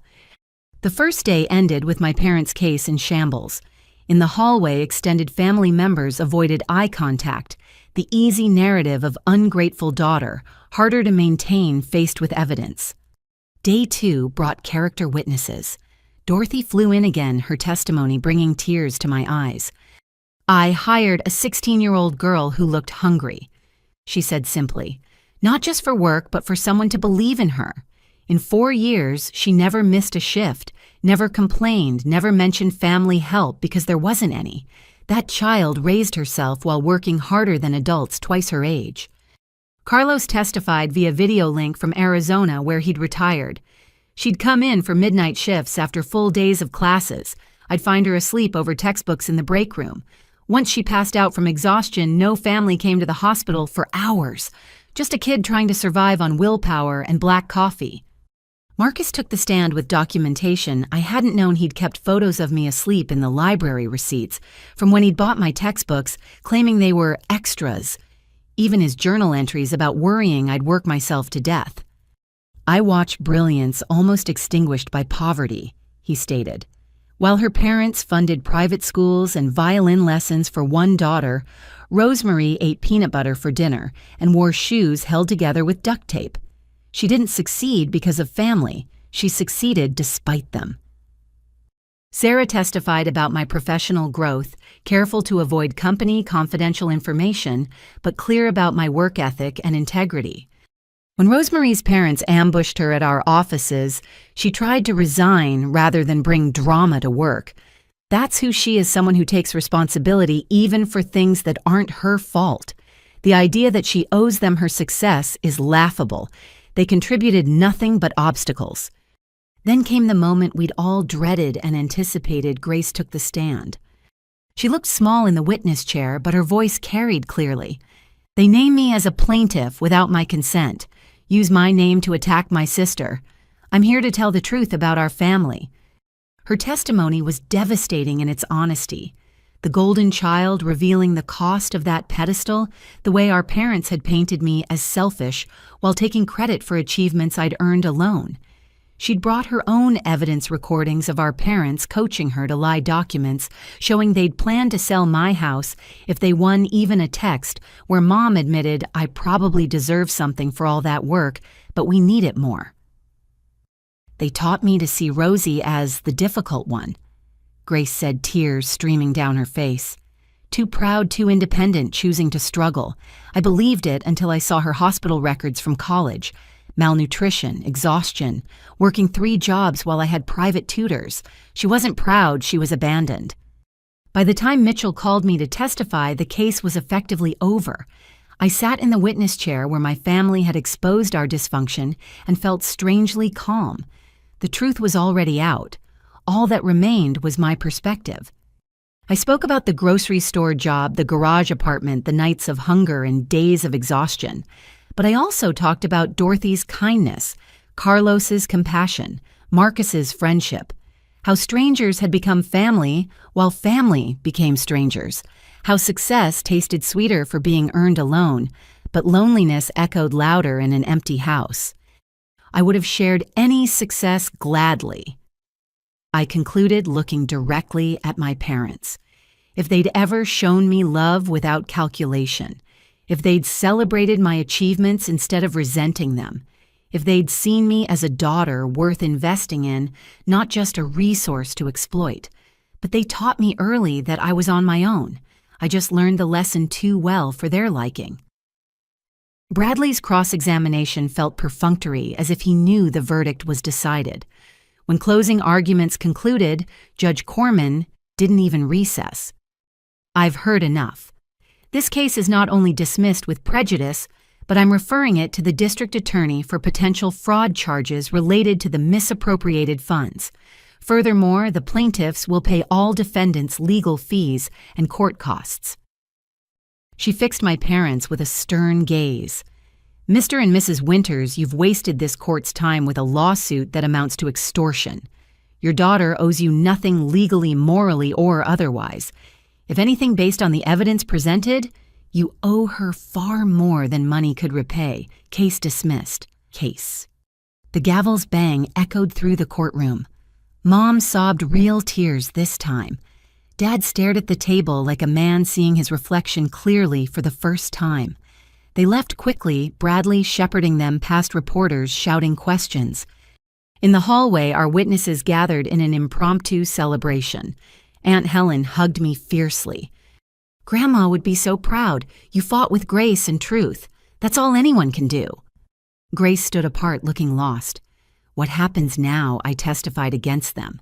I'm officially the second ungrateful daughter. Now you live your life on your terms, I told her, and you always have a home with me. Mitchell interrupted with practicalities. The fraud referral is serious. They could face criminal charges for the misappropriated education funds. I don't want them in jail. That's the DA's decision now, but I'd prepare for more revelations. Financial fraud rarely exists in isolation. He was right. Within days, other stories emerged. 3 more relatives came forward with tales of borrowed money never returned. A former business partner revealed suspicious insurance claims. The house refinancing had funded more than private school gambling debts, failed investments, a web of financial deception spanning years. Local news had a field day. Parents who sued daughter face fraud investigation. Family lawsuit reveals pattern of financial crimes. The narrative shifted from ungrateful daughter to criminal parents, though I took no satisfaction in their downfall. Grace moved permanently into my guest room, legally changing her address and registering for spring semester at the university. We established new traditions, Sunday dinners with chosen family holiday celebrations that didn't end in tears, birthday cards that weren't guilt trips. One evening, as we worked in the garden together, she asked the question I'd been expecting. Do you think they ever loved us? Really loved us, not just what we could provide? I considered lying, offering comfort over truth, but we'd had enough lies. I think they loved the idea of us, the successful daughters who'd validate their choices, when we became real people with our own dreams that love couldn't adapt. So we were always going to end up here estranged and sued. Maybe. Or maybe if they'd gotten help chosen differently, we could have been a real family. But they made their choices and we can't save them from consequences. I still love them, she admitted quietly, even after everything. So do I. That's what makes it hurt. Loving people who can only love conditionally. We worked in companionable silence, planting hope for spring while autumn settled around us. The lawsuit was over, but its revelations would ripple for years. My parents faced potential criminal charges.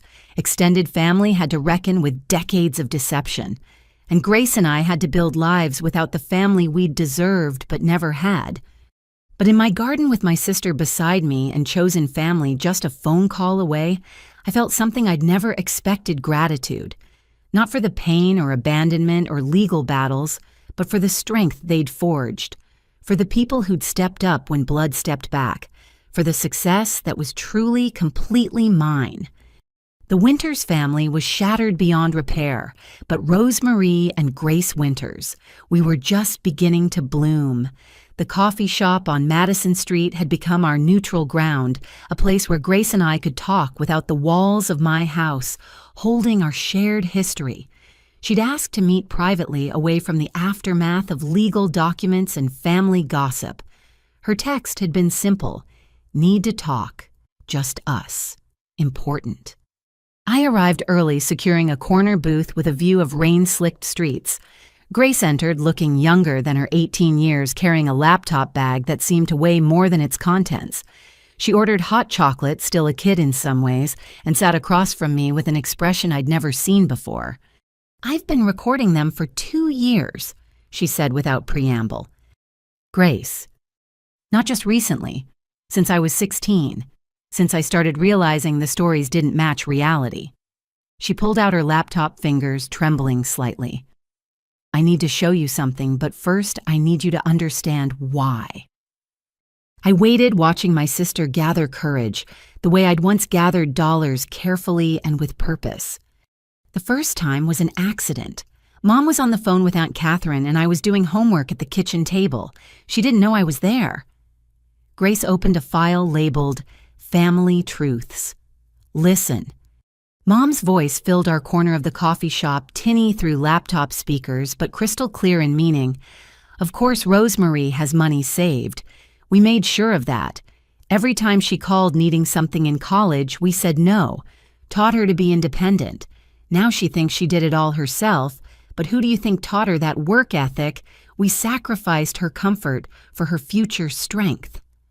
My coffee turned bitter in my mouth. She's taking credit for neglect. It gets worse. This is from last year, talking to her book club friend. Another recording. We could have helped Rosemarie more, but honestly, we knew she'd be fine. Grace is different.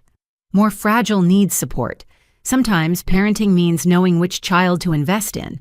Rosemarie was always going to succeed. That kind of stubborn doesn't need help. Grace needs every advantage to compete with her sister's natural drive.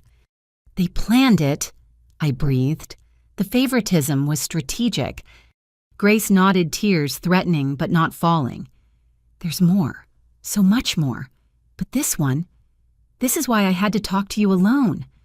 She clicked another file dated 3 months ago. Dad's voice this time, talking to someone I didn't recognize. The lawsuit was Margaret's idea, but I'll admit it's genius. Either Rosemarie pays out of guilt, or we damage her reputation, enough that she'll need us again. Children who get too independent forget their place. Sometimes you have to remind them who holds the emotional cards. Emotional cards. I felt nauseous. We're a game to them. Not we. You. Grace closed the laptop, meeting my eyes directly. I was never the favorite Rosie. I was the weapon, kept close and polished to use against you when needed. The coffee shop noise faded as I processed this revelation. All those years of watching Grace get everything while I got nothing, and she'd been a tool, not a treasure. When did you figure it out? Gradually. Comments that didn't add up. The way they'd bring up your success whenever I asked for something, like I was in competition for resources. Then I found the papers. What papers? She reached into her bag, pulling out a folder she'd hidden beneath notebooks. Remember when they refinanced for my high school? I found the original documents last year while looking for my birth certificate. They took out an extra $40,000 beyond tuition. I scanned the papers, finding the numbers that confirmed her words. Where did that money go? Dad's gambling debts. Mom's attempt at a makeup MLM. A cruise they took while you were living in that garage. I have the receipts for everything. Her voice broke slightly. They mortgaged our house using my education as an excuse, then spent it on themselves while you starved. Grace, I'm not done. She pulled out more papers. This is a life insurance policy they took out on you when you turned 18. Guess who the beneficiaries are? I stared at the document, seeing my name as the insured, my parents as sole beneficiaries. They bet on me dying. Gets better. Look at the date they increased the coverage. 2 weeks before I was hospitalized for exhaustion. The room spun slightly. They knew I was killing myself with work, and they increased the payout. Mom visited your campus that week. Remember, she said she was checking on you, but you were too busy to meet. I think she was checking if you were close enough to collapse to make it worthwhile. The full horror of it settled over me like a weighted blanket. Every neglect, every refusal of help, every pushed boundary, all calculated to either break me or make me valuable in death. There's one more thing. Grace's hands shook as she pulled out her phone. This is from last week after the trial verdict. Her phone played a conversation between our parents, probably recorded from the next room. Mom, we still have options. Grace is almost 19. If she won't help voluntarily, we can use the recordings we have of her. Dad, what recordings? Mom, I've been documenting her mental health struggles. The anxiety, the therapy sessions she doesn't know I know about. Spin it right and she's unstable, influenced by her sister needs guardianship. Dad, that's dark, Margaret, even for us. Mom, is it darker than letting them both abandon us? Rosemarie poisoned her against us. If we can prove Grace isn't mentally capable of making her own decisions, we get control of any inheritance, any support she might receive. Dad, from who, Rosemarie? Mom, from anyone, including the settlement we'll get when we sue the therapy center for failing to properly treat her. I've already made inquiries. The recording ended. Grace sat perfectly still, 18 years old, and hearing her parents' plan to declare her incompetent for profit. I reached across the table, taking her cold hands in mine. How long have you known about their plans for you? A week. I've been sleeping with a chair against my door, documenting everything, sending copies to a cloud account they don't know about. Tears finally fell silent and steady. I'm their backup plan. If they couldn't get money from you, they'd extract it from me. We need to get you somewhere safe tonight. I can't stay with you. That plays into their narrative of you manipulating me. Then where? I stopped remembering. Marcus's parents have that apartment over their garage. His mom offered it to any student needing emergency housing. Would they? I'll call now. Within an hour, we had a plan. Grace would move to the Chen's apartment, establish independence file for a restraining order based on the recorded threats. Mitchell would handle the legal aspects, including reporting the insurance policy fraud and the conspiracy to defraud mental health services. I have enough evidence to bury them, Grace said as we loaded her belongings into my car. Financial fraud, conspiracy, insurance fraud, planned guardianship abuse. They kept such careful records of everyone else's finances, they forgot I might do the same to them. Why didn't you tell me sooner? She was quiet for so long I thought she wouldn't answer. Then, because part of me still hoped I was wrong, that maybe they were just flawed, not evil, that they loved us badly but still loved us. I needed to believe that until I couldn't anymore. We drove to the Chens in silence, rain pattering against windows like typing fingers documenting truth. Mrs. Chen met us at the door, her face kind but fierce. "Any young woman escaping that kind of situation is welcome here," she said firmly. "Grace, you're safe now." As we unloaded boxes, Grace pulled out a thumb drive and handed it to me. "Everything's on here. Every recording, every document, every piece of evidence I've collected. There's enough to put them away for years if the DA pursues it all. What do you want me to do with it?" "Whatever keeps us safe. Whatever stops them from hurting anyone else." She paused at the apartment door. "Rosie, do you think we were ever real to them, or were we always just investments that didn't pay out as expected?" I hugged her tightly, this sister who'd been weapon and victim all at once. We were real to each other. That's what matters now. Back home that night, I sat in my office reviewing Grace's evidence. 2 years of meticulous documentation revealed a pattern of manipulation so calculated it took my breath away. Every family interaction had been transactional. Every moment of affection came with a price tag. Every sacrifice they'd claimed was actually an investment they expected returned with interest. The phone rang, Mitchell calling despite the late hour. "I've reviewed the preliminary files Grace sent. Rosemarie, this is extensive. We're looking at potential RICO charges if the pattern holds. They've been running essentially a family-based financial fraud scheme for decades." RICO like organized crime. Financial exploitation following a pattern across multiple victims over time. That's exactly what RICO covers. Grace's evidence shows they've done this to multiple family members, always using emotional manipulation backed by financial fraud. What happens now? I meet with the DA tomorrow. Grace needs protection immediately. The guardianship threat is serious. But with her evidence, we can likely get a protective order tonight. After we hung up, I wandered through my house, this symbol of independence they'd tried to steal. In every room, I saw the ghost of the girl who'd believed she wasn't worth investing in. Now I understood the truth. They'd invested plenty, just not in my success. They'd invested in my failure, betting I'd either die trying or crawl back begging. When I'd done neither, they'd moved to legal theft. Failing that, they'd turned to Grace, their backup investment always intended for liquidation. My phone buzzed, a text from Grace. "Thank you for believing me. For the first time in my life, I feel like a person, not a pawn." I typed back, "You were never a pawn. You were a queen who learned the game, and now you're free to leave the board entirely." Outside, my garden slept under autumn rain bulbs I'd planted waiting underground for spring. Grace and I were like those bulbs buried by those who should have nurtured us, but finding our own way to light anyway. Tomorrow would bring more revelations, more legal battles, more family secrets dragged into daylight. But tonight, both Winter's sisters were safe, free, and finally understanding the truth. We'd never been daughters to them. We'd been investments, and their rage came not from abandonment, but from a failed return. The real abandonment had happened years ago, when they'd looked at 2 little girls and seen only future profit.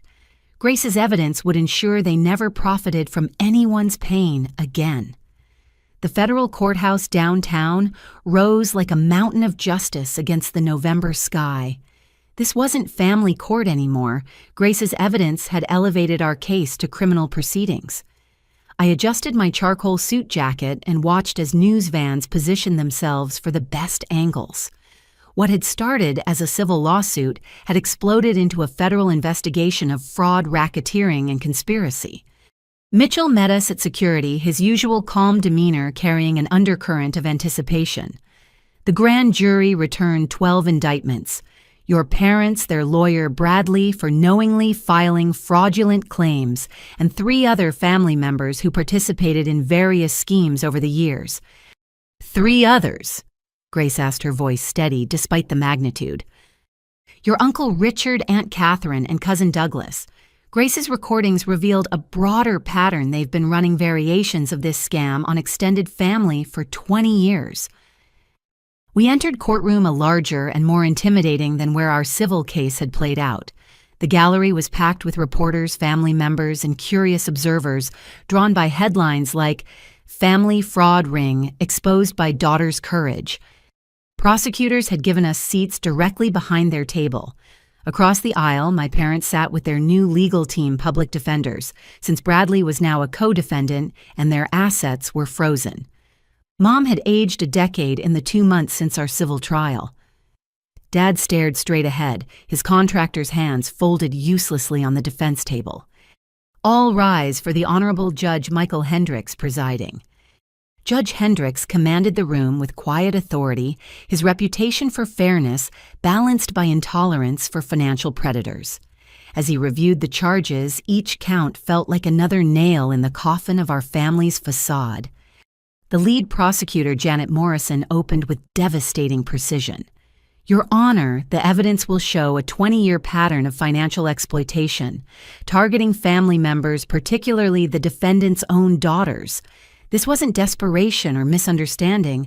This was calculated fraud, treating loved ones as ATMs with emotional PIN codes." The first witness was the FBI financial crimes investigator who'd analyzed Grace's evidence. Charts appeared on screens showing money flows, forged documents, and what he called a sophisticated emotional manipulation pipeline, converting family trust into a legal profit. "Can you explain the life insurance scheme?" Morrison asked. The defendants took out multiple policies on their eldest daughter during periods of documented financial stress and health crisis. The timing suggests they were essentially betting on her collapse or death from overwork. I forced myself to remain composed as he detailed how they'd increased coverage whenever I'd taken on additional jobs or shown signs of exhaustion. Grace gripped my hand as he revealed they'd even researched average life expectancy for people working multiple minimum wage jobs. Uncle Richard testified next, having agreed to cooperate for a reduced sentence. His testimony revealed the broader network, how my parents had coached family members on emotional manipulation tactics, shared strategies for guilt-based extraction, even held informal meetings about maximizing returns from successful relatives. It was like a multi-level marketing scheme. He admitted, except the product was family obligation. Margaret would identify targets, usually whoever was doing well financially, and we'd coordinate approaches. Sick relatives who weren't really sick emergencies, that weren't urgent investments that didn't exist. And if someone refused, Morrison prompted. Then came phase 2, public shame, family exclusion, character assassination. We'd make them look selfish, ungrateful, mentally unstable, whatever it took to break them down or extract payment. Aunt Catherine followed her testimony, revealing how they'd targeted elderly relatives, convincing them to change wills or sign over powers of attorney. My grandmother's missing money was just one of dozens of similar thefts disguised as family support. "How much would you estimate was stolen through these schemes?" Morrison asked. "Over $2 million across all victims over 20 years, Catherine replied, not counting emotional damage or lost opportunities for those who gave until they had nothing left. The prosecution presented Grace's recordings methodically, each one building the case for conspiracy. Mom's voice planning my financial destruction, Dad calculating my life insurance value, both discussing how to manipulate Grace's mental health struggles for profit. The gallery sat in horrified silence as recording after recording revealed the calculated cruelty behind parental masks. When Grace took the stand, the courtroom held its breath. She was different from the civil trial, stronger, clearer, no longer the weapon they'd sharpened, but the truth-teller they'd never expected. "They didn't just steal money," she stated clearly. "They stole our ability to trust, to form healthy relationships, to believe we were worthy of love without transaction. Every birthday card came with a guilt trip. Every phone call included a financial request. We weren't daughters, we were revenue streams." "Tell us about the guardianship plot," Morrison instructed. Grace detailed finding documents where our mother had researched adult guardianship laws, consulted with doctors about having Grace declared incompetent, even drafted a business plan for accessing any inheritance or insurance payouts Grace might receive. She called it Project Security. Grace said, her voice carrying across the silent courtroom. I was 18 years old and my mother had a business plan for declaring me mentally unfit. The projected revenue included my future earnings, any inheritance from extended family and potential lawsuits against my therapists for failing me. The defense's cross-examination was gentle. Even they knew attacking Grace would play poorly. But she didn't need protecting anymore. "Isn't it true you're angry at your parents?" the public defender asked. "Yes," Grace replied simply. "I'm angry they saw dollar signs where they should have seen daughters. I'm angry they taught us love was conditional on our bank balances. I'm angry it took 18 years to realize I was an investment property, not a child. Wouldn't you be angry?"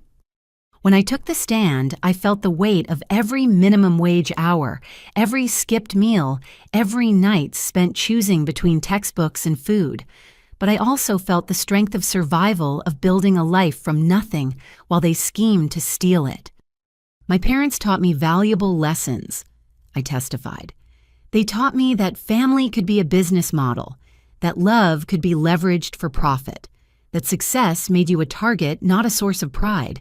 But they also taught me unintentionally how to document everything, trust carefully, and fight back when cornered." I detailed the harassment, the lawsuits, the workplace ambush, the years of emotional manipulation disguised as parental concern. But I also spoke about the chosen family who'd stepped up: Dorothy Carlos Marcus, Sarah Jennifer Mitchell, people who'd given freely what my parents had invoiced. "The prosecution asks you to see my parents as criminals," I concluded. "I ask you to see them as teachers. They taught me the price of misplaced trust and the value of earned love. Without meaning to, they made me strong enough to stop them from doing this to anyone else." The defense's case was anemic. Character witnesses who crumbled under cross-examination, financial records that contradicted their poverty claims, and finally my parents themselves taking the stand in desperate attempts at damage control. Mom cried throughout her testimony, but the tears felt performed after hearing her calculated recordings. She painted herself as a desperate mother, trying to provide for her family, making mistakes out of love. "You call fraud a mistake?" Morrison challenged. "You call attempting to have your daughter declared incompetent for money a mistake? You call life insurance schemes, betting on your child's death, a mistake? I never wanted Rosemarie to die," Mom wailed. "No, you just wanted her to work herself close enough to death that you could increase the coverage. Tell me, Mrs. Winters, what's the difference between wanting someone dead and creating conditions where death becomes profitable?" Dad's testimony was worse. Stripped of Mom's emotional manipulation, he revealed himself as coldly calculating, viewing his daughters as failed business ventures. "Rosemarie owed us," he stated flatly. "We gave her life a roof, the basics. Her success came from our foundation. Grace was supposed to be our security, but Rosemarie poisoned her against us. This is what happens when children forget gratitude." "So you admit to planning these schemes?" His lawyer objected, but the damage was done. Dad had revealed the entitlement beneath the fraud, a belief that children were property with expected returns on investment. Bradley Stevenson, their original lawyer, testified to save himself. He revealed how they'd approached him with manufactured evidence, how he'd discovered the fraud, but proceeded anyway, hoping for a payday, how they'd promised him 30% of any settlement. "I should have withdrawn," he admitted, "but they were convincing. They had documents, stories, tears. By the time I realized it was all fabricated, I was in too deep." The jury deliberated for less than 3 hours.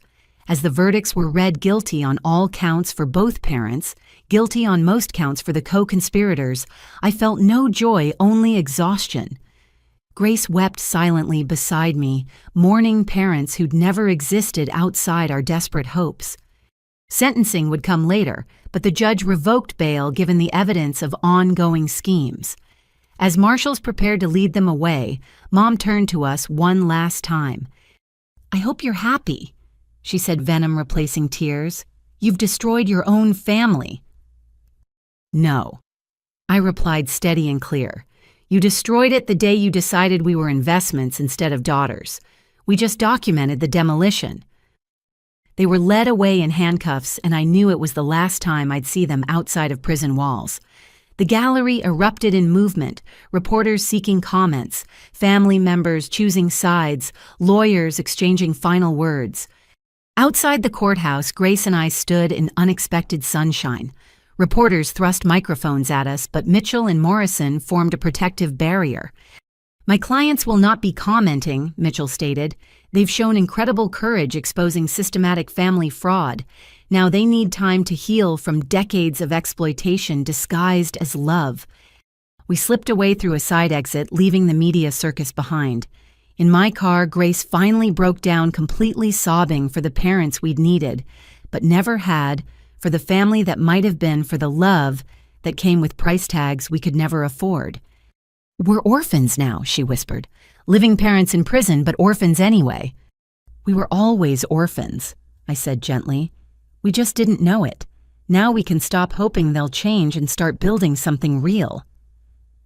"With what we have no family left." "We have each other. We have Sarah and Marcus and everyone who stood by us. We have truth and freedom and futures they can't mortgage. That's not nothing, Grace. That's everything." She nodded, wiping away tears. "So what happens now?" "Now we learn how to be people instead of investments. We go to therapy. We set boundaries. We trust carefully, but love freely. We become the family we deserved, but never had for each other and for anyone else who needs it." The drive home was quiet, both of us processing the magnitude of what had just ended. 20 years of fraud exposed. Parents headed to federal prison. Extended family scattered between shame and denial. The Winters family empire of manipulation had fallen completely. But from its ashes, 2 sisters emerged stronger for having survived. We'd entered that courthouse as victims. We'd left as victors who'd refused to let fraud disguise itself as love anymore. The war was over. The healing could finally begin. The sentencing hearing arrived 6 weeks later on a brittle January morning. Ice glazed the courthouse steps, and I held Grace's arm as we navigated the treacherous approach. Inside, warmth hit us along with the familiar buzz of legal proceedings about to unfold. "Ready for this?" Mitchell asked, meeting us at security. "Ready for it to be over," Grace replied. The courtroom was less packed than during the trial. Sensational testimony had given way to procedural conclusion. But the core players remained prosecutors, defense teams, a handful of reporters and family members still choosing sides in a war that had already been decided. Judge Hendricks entered with his characteristic authority, settling behind the bench with documents that would determine my parents' futures. They sat at the defense table in matching gray, looking smaller than I remembered. Prison jumpsuits had a way of stripping away pretense. "We're here for sentencing in United States versus Winters et al. I've reviewed the pre-sentencing report's victim impact statements and recommendations from both sides. Before I pronounce sentence, does anyone wish to address the court?" Prosecutor Morrison stood. "Your Honor, the government maintains these were not crimes of desperation but calculation. 20 years of systematic fraud targeting those who should have been able to trust them most. We recommend maximum sentences as both punishment and deterrent." The defense attorneys made their pleas first-time offenders in their 60s health issues, family hardship. Each argument rang hollow after the trial's revelations. How could they claim hardship when they'd created it for so many others? "The victims may now address the court," Judge Hendricks announced. I hadn't planned to speak. My testimony during trial felt like enough, but as I watched my parents sit there still, somehow managing to look like martyrs, words rose up demanding release. "Your Honor, may I approach?" He nodded, and I walked to the podium on legs steadier than expected. The courtroom fell silent. "I've spent weeks trying to find forgiveness." I began, my voice carrying clearly. "People say forgiveness is for yourself, not those who wronged you. But how do you forgive parents who bet on your death, who saw your exhaustion as an investment opportunity, who raised you like livestock, calculating your worth by potential profit. I looked directly at them for the first time since their arrest. You stole more than money. You stole our ability to trust, to accept love without suspicion, to believe kindness comes without invoice. Every relationship I've formed carries the shadow of wondering what people really want from me. That's the theft that can't be repaid. Mom started crying. Dad stared at his hands. But you also gave me gifts you never intended. You taught me to document everything which exposed your crimes. You taught me to rely on myself, which let me survive your abandonment. You taught me that family is action, not blood, which led me to people who actually love me. In trying to break us, you forged us into something unbreakable. My voice strengthened. Grace was right during trial. We're angry. We'll be angry for years, maybe forever. But we're also free. Free from manipulation disguised as love. Free from guilt over boundaries. Free from the exhausting hope that this time, maybe this time, you'd choose us over money. I paused, feeling 20 years of weight preparing to lift. I don't forgive you. Not yet, maybe never.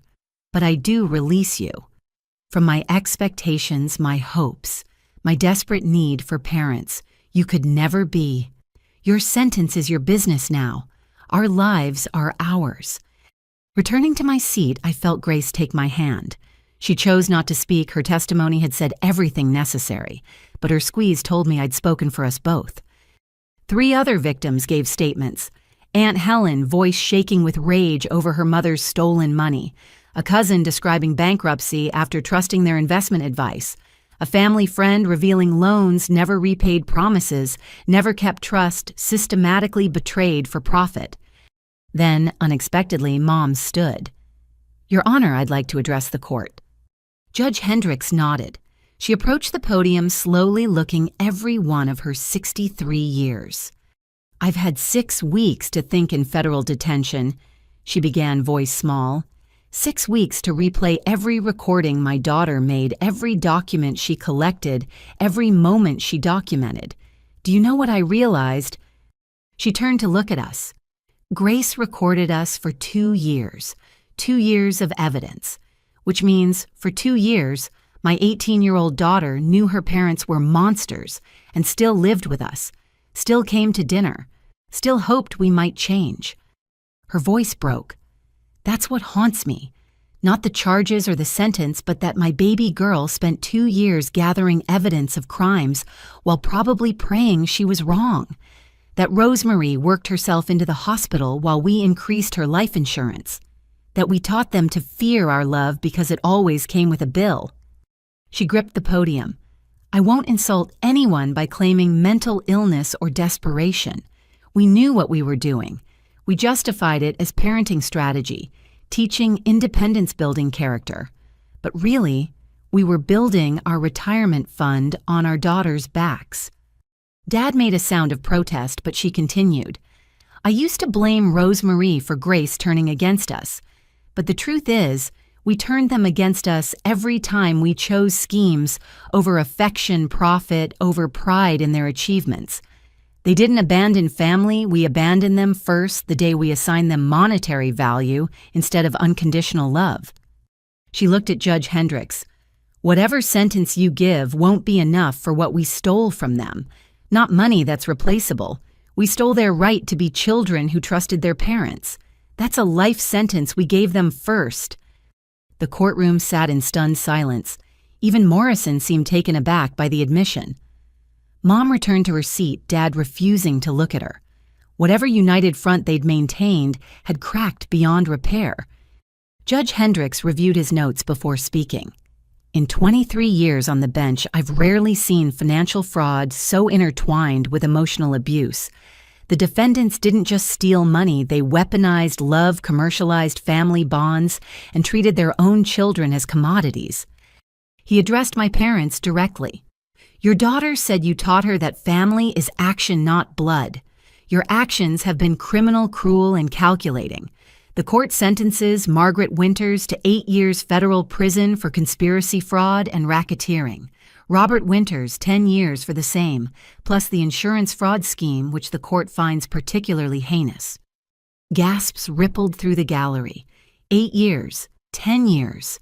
Numbers that meant missing Grace's college graduation, my future wedding grandchildren they'd never meet. Not that they'd earned invitations to any of those milestones. Bradley Stevenson, 3 years for conspiracy and ethics violations. The remaining defendants. He continued through lighter sentences for the co-conspirators, but I barely heard. My parents would spend the better part of a decade in federal prison. By the time they emerged, we'd be strangers in truth as well as feeling. Additionally, Judge Hendricks continued, restitution is ordered to all victims based on documented losses. The defendant's assets will be liquidated to pay these debts before any remaining funds go to their own use. He banged his gavel. Court is adjourned. Defendants are remanded to custody to begin serving their sentences immediately. The marshals approached my parents.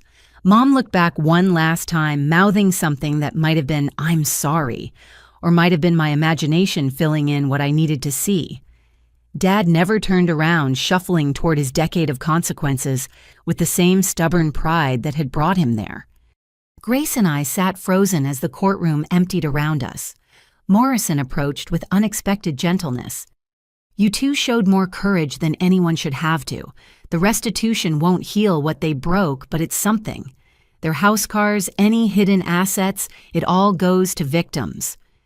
"We don't want their money," Grace said quietly. "We never did." "Then donate it. Create scholarships.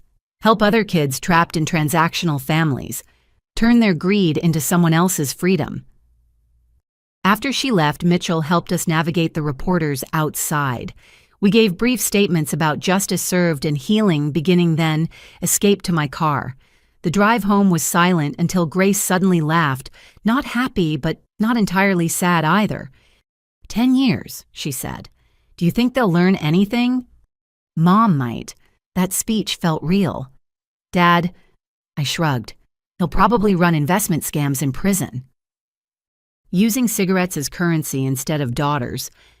The gallows humor felt necessary, a pressure valve on emotions too large for the moment. We drove through Seattle's January drizzle toward my house, our house really. Grace had made the guest room hers, adding touches that made it feel permanent. Fairy lights photos of us from better moments, a desk where she studied for classes they'd never ask about. Sarah waited on my porch with Marcus and his wife bundled against the cold but determined to be present. They'd watched the live stream, knew we'd need support more than solitude. 8 and 10 years, Sarah said, pulling us both into hugs. "How do you feel?" "Empty," I admitted. "Like I've been carrying this weight so long, I don't know how to stand without it." "Relieved," Grace added, "and guilty for feeling relieved. And angry for feeling guilty. It's complicated." Marcus had brought food, his mother's soup that had sustained me through college, now offering comfort after a different kind of trial. We gathered in my kitchen-chosen family, filling the space with warmth my blood family never had. "You know what the best revenge is?" Sarah asked as we ate. "Living well. They'll spend a decade in cells while you build lives they could never imagine. Success they can't claim, happiness, they can't invoice love, they can't leverage." "The Winters Sisters Foundation," Grace said suddenly, "for kids escaping financial abuse. We use the restitution money to help others like us trapped in families that see them as ATMs, not children." "I love it," I said. "Dorothy can help us identify kids working too young, too hard. Carlos knows every late-night worker trying to escape something. We build the network we wished we'd had." The afternoon stretched into evening plans, taking shape between tears and laughter. The foundation would offer emergency housing, legal aid, educational grants, everything we'd needed, and found piecemeal, or not at all. Our parents' schemes would fund freedom for their spiritual successors. "They'd hate this," Grace noted with satisfaction.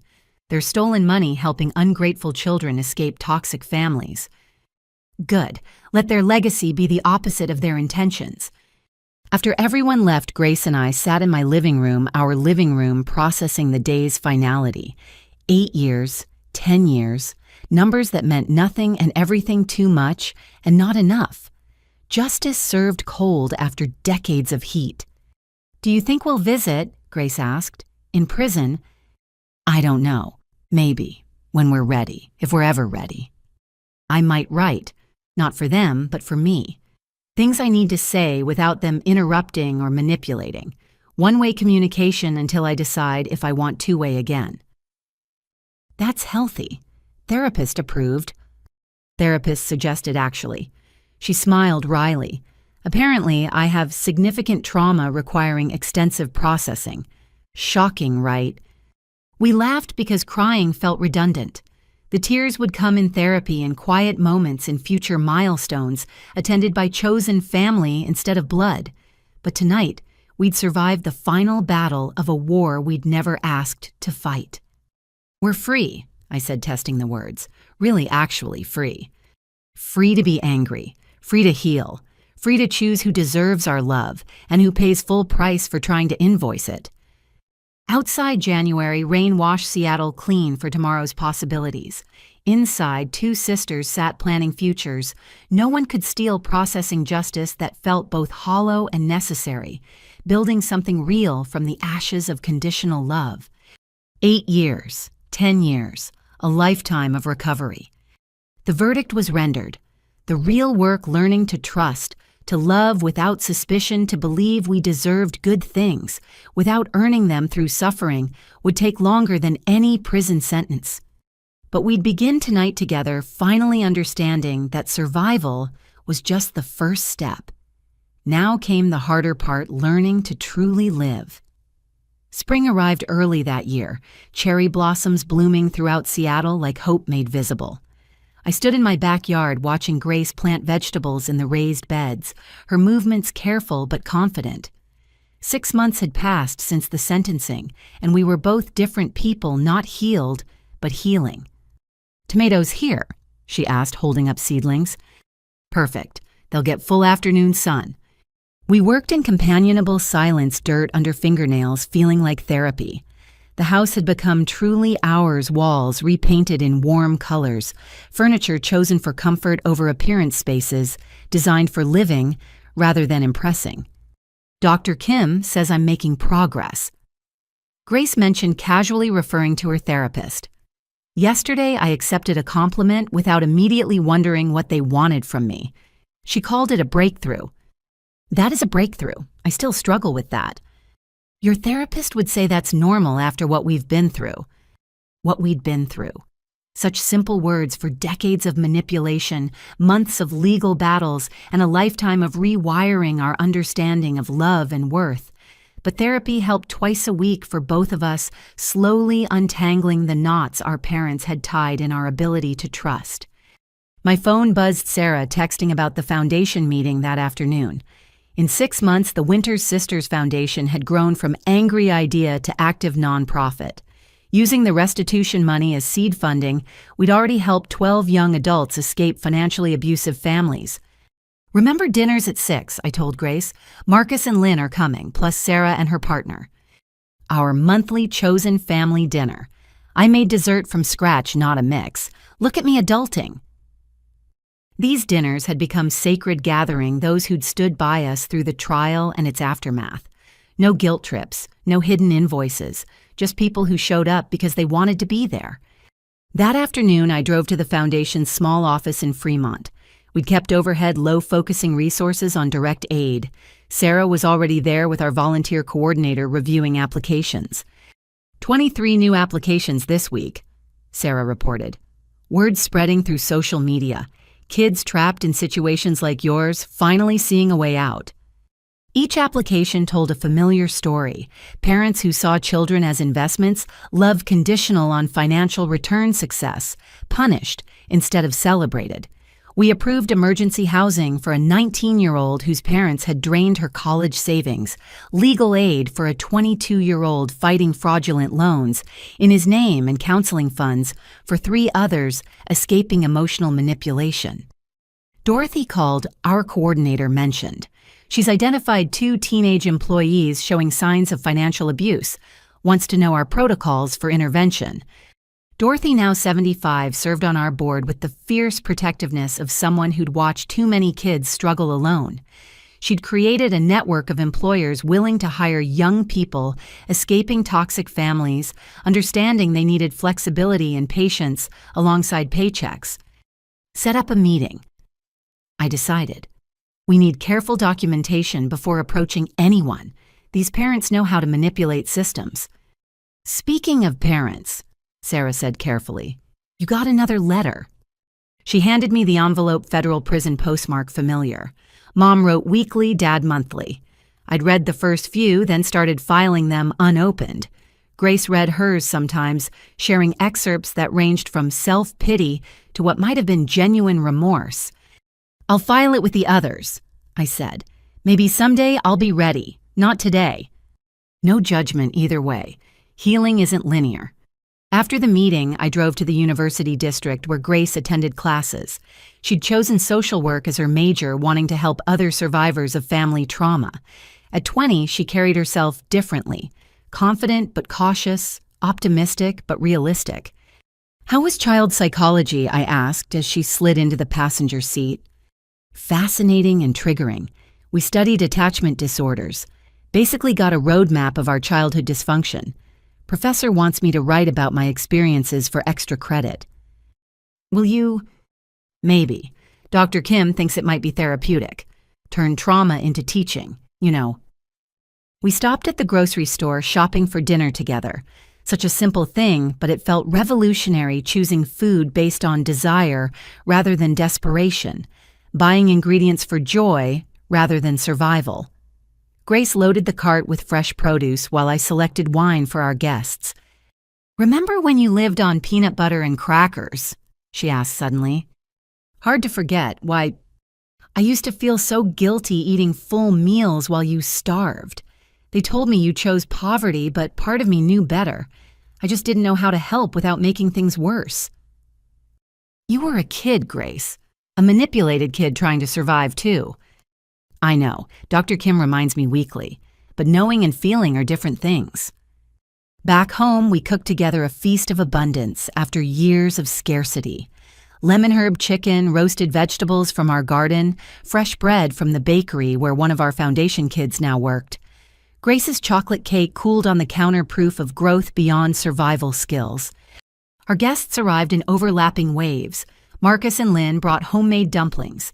Sarah and her partner David contributed wine and elaborate cheese boards. Jennifer Walsh, who'd become friend rather than just legal counsel, brought flowers from her garden. To chosen family, Sarah toasted as we gathered around the dining table. To healing that happens in community, to futures nobody can steal. We clinked glasses, the sound like bells announcing freedom. Conversation flowed easily.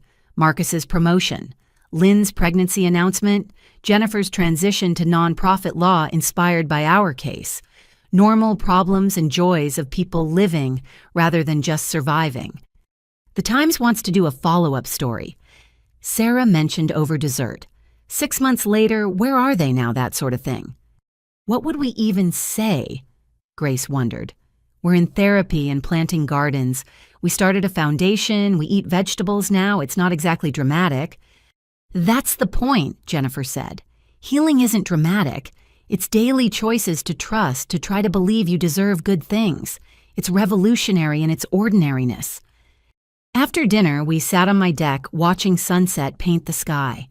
Grace had strung lights that made the space feel magical, transforming a simple backyard into sanctuary.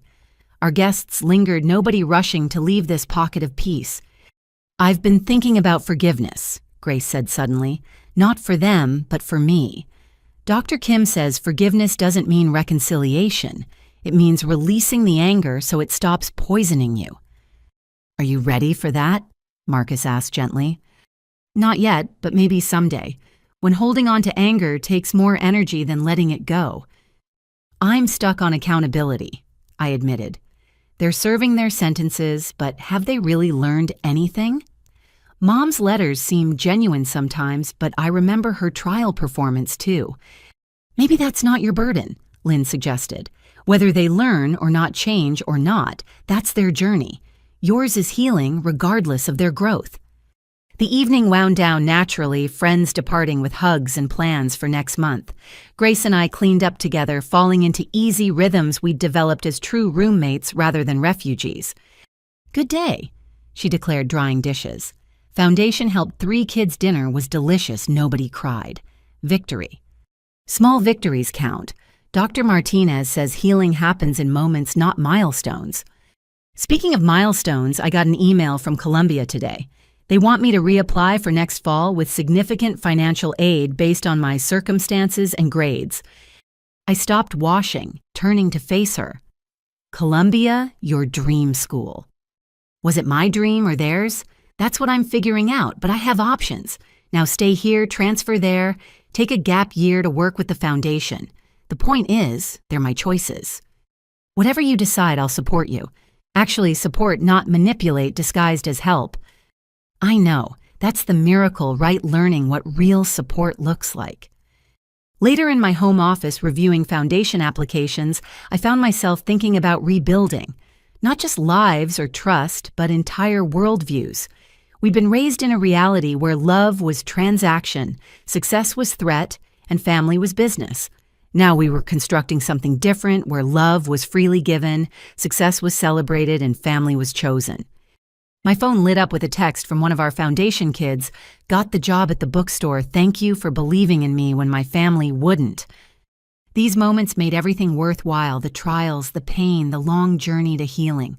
Every kid we helped escape was proof that cycles could break, that manipulation, disguised as love, didn't have to be hereditary. Grace knocked on my door. Can't sleep, want to watch something mindless. We curled up on the couch with tea and terrible reality TV, commenting sarcastically on manufactured drama. Such a normal sister moment, but precious for its ordinariness. No hidden agendas, no emotional invoices, just 2 survivors learning to be siblings without the weight of parental manipulation. I love you, Grace said during a commercial break. Not because I have to or because you've earned it, but just because. Is that weird to say? Not weird, revolutionary, I love you too, just because. We'd rebuilt so much in 6 months' routines and relationships and trust in tomorrow. The foundation helped others escape. Therapy helped us understand. Chosen family helped us believe in unconditional love. Gardens helped us remember that growth took time, but yielded beauty. Our parents served their sentences in federal facilities 3 states away. We served hours in therapy offices and support groups learning to commute life sentences of trauma into manageable terms of recovery. Neither sentence would end quickly, but ours at least carried hope for parole. The cherry blossoms would fade, replaced by summer abundance, autumn reflection, winter dormancy, and spring renewal again. Seasons of healing cycling through years of learning to live as people, not investments. We were rebuilding everything from foundation up, and this time we were using better materials, truth boundaries, chosen family, and the radical belief that we deserved love without earning it through suffering. The Winter Sisters were becoming who we might have always been had love been free rather than invoiced. It was slow work, daily work, worthwhile work, and we were doing it together, which made all the difference. Tomorrow would bring more foundation applications, more therapy sessions, more moments of choosing trust over suspicion. But tonight we had bad TV and sisterly snark and the quiet revolution of loving without calculation. It was enough. More than enough. It was everything. 1 year after the trial, I stood before an audience of 200 at the Seattle Convention Center. The Winter Sisters Foundation's first annual fundraising gala had drawn nonprofit leaders, social workers, and survivors who'd become advocates. But what made my hands tremble wasn't the crowd, it was the 2 figures seated at table 12. "You sure about this?" Grace whispered beside me, radiant in the emerald dress she'd bought with her own money from her part-time job. No, but Dr. Martinez says confronting fear in controlled environments builds resilience." Pretty sure she meant fear of spiders, not fear of relatives fresh from federal prison. Aunt Helen and Uncle Richard had served their reduced sentences and reached out through Jennifer wanting to make amends. After months of therapy-guided consideration, we'd invited them to attend, not forgive, just witness what their exposure had helped create. "Ladies and gentlemen," our MC announced, "please welcome Winters Sisters Foundation co-founders Rosemarie and Grace Winters." Applause carried us to the podium where Grace took the microphone first. At 21, she commanded attention with hard-won confidence. 3 years ago, I started recording my parents because something felt wrong about our family dynamics. I was 16, confused and desperate to understand why love felt like a business transaction. Those recordings eventually sent my parents to federal prison and exposed a 20-year pattern of family financial fraud. The room sat silent, captivated by her steady voice. Tonight we celebrate something beautiful born from ugliness. In our first year, the Winters Sisters Foundation has helped 47 young adults escape financially abusive families. We've provided emergency housing, legal aid counseling, and most importantly, proof that love shouldn't come with invoices. She turned to me, and I took the microphone, finding strength in the familiar faces scattered throughout the crowd. Dorothy at table 1, tissues already out. Marcus and Lynn with their 6-month-old daughter named Hope.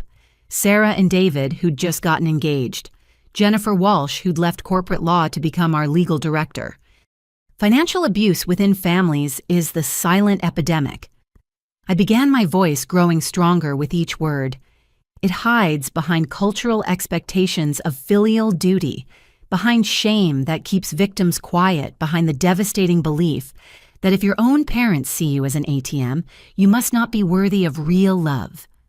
I shared statistics we'd gathered. 1 in 4 young adults experience some form of financial exploitation by family members. 60% never reported it. 90% blame themselves. We're changing that narrative. Every young person sleeping safely in our transitional housing, every successful legal intervention against fraudulent loans, every therapy session funded. These aren't just services. They're declarations that you deserve love without conditioned support, without manipulation, and a future nobody can steal. The presentation continued with success stories read by volunteers to protect privacy. A nursing student whose parents had taken loans in her name now graduating debt-free after legal intervention. A young man whose family had controlled his disability benefits now living independently with proper support. Twin sisters who'd escaped together now, both in college pursuing dreams their family had tried to monetize. Our expansion plans include 3 more transitional houses, a dedicated legal clinic, and a mentorship program pairing survivors who've rebuilt with those just beginning to escape. But we need your help. Grace took over for the fundraising portion, her natural warmth making asking for money feel like offering partnership. Within 20 minutes, we'd exceeded our goal by 40%. Local businesses pledged internships. Therapists volunteered pro bono hours.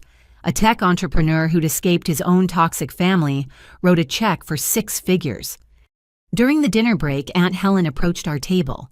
Prison had aged her, but her eyes held something they'd lacked before: genuine remorse. "I won't ask for forgiveness," she said quietly. "I participated in something unforgivable, but watching you transform our family's poison into medicine for others, I'm proud of you both."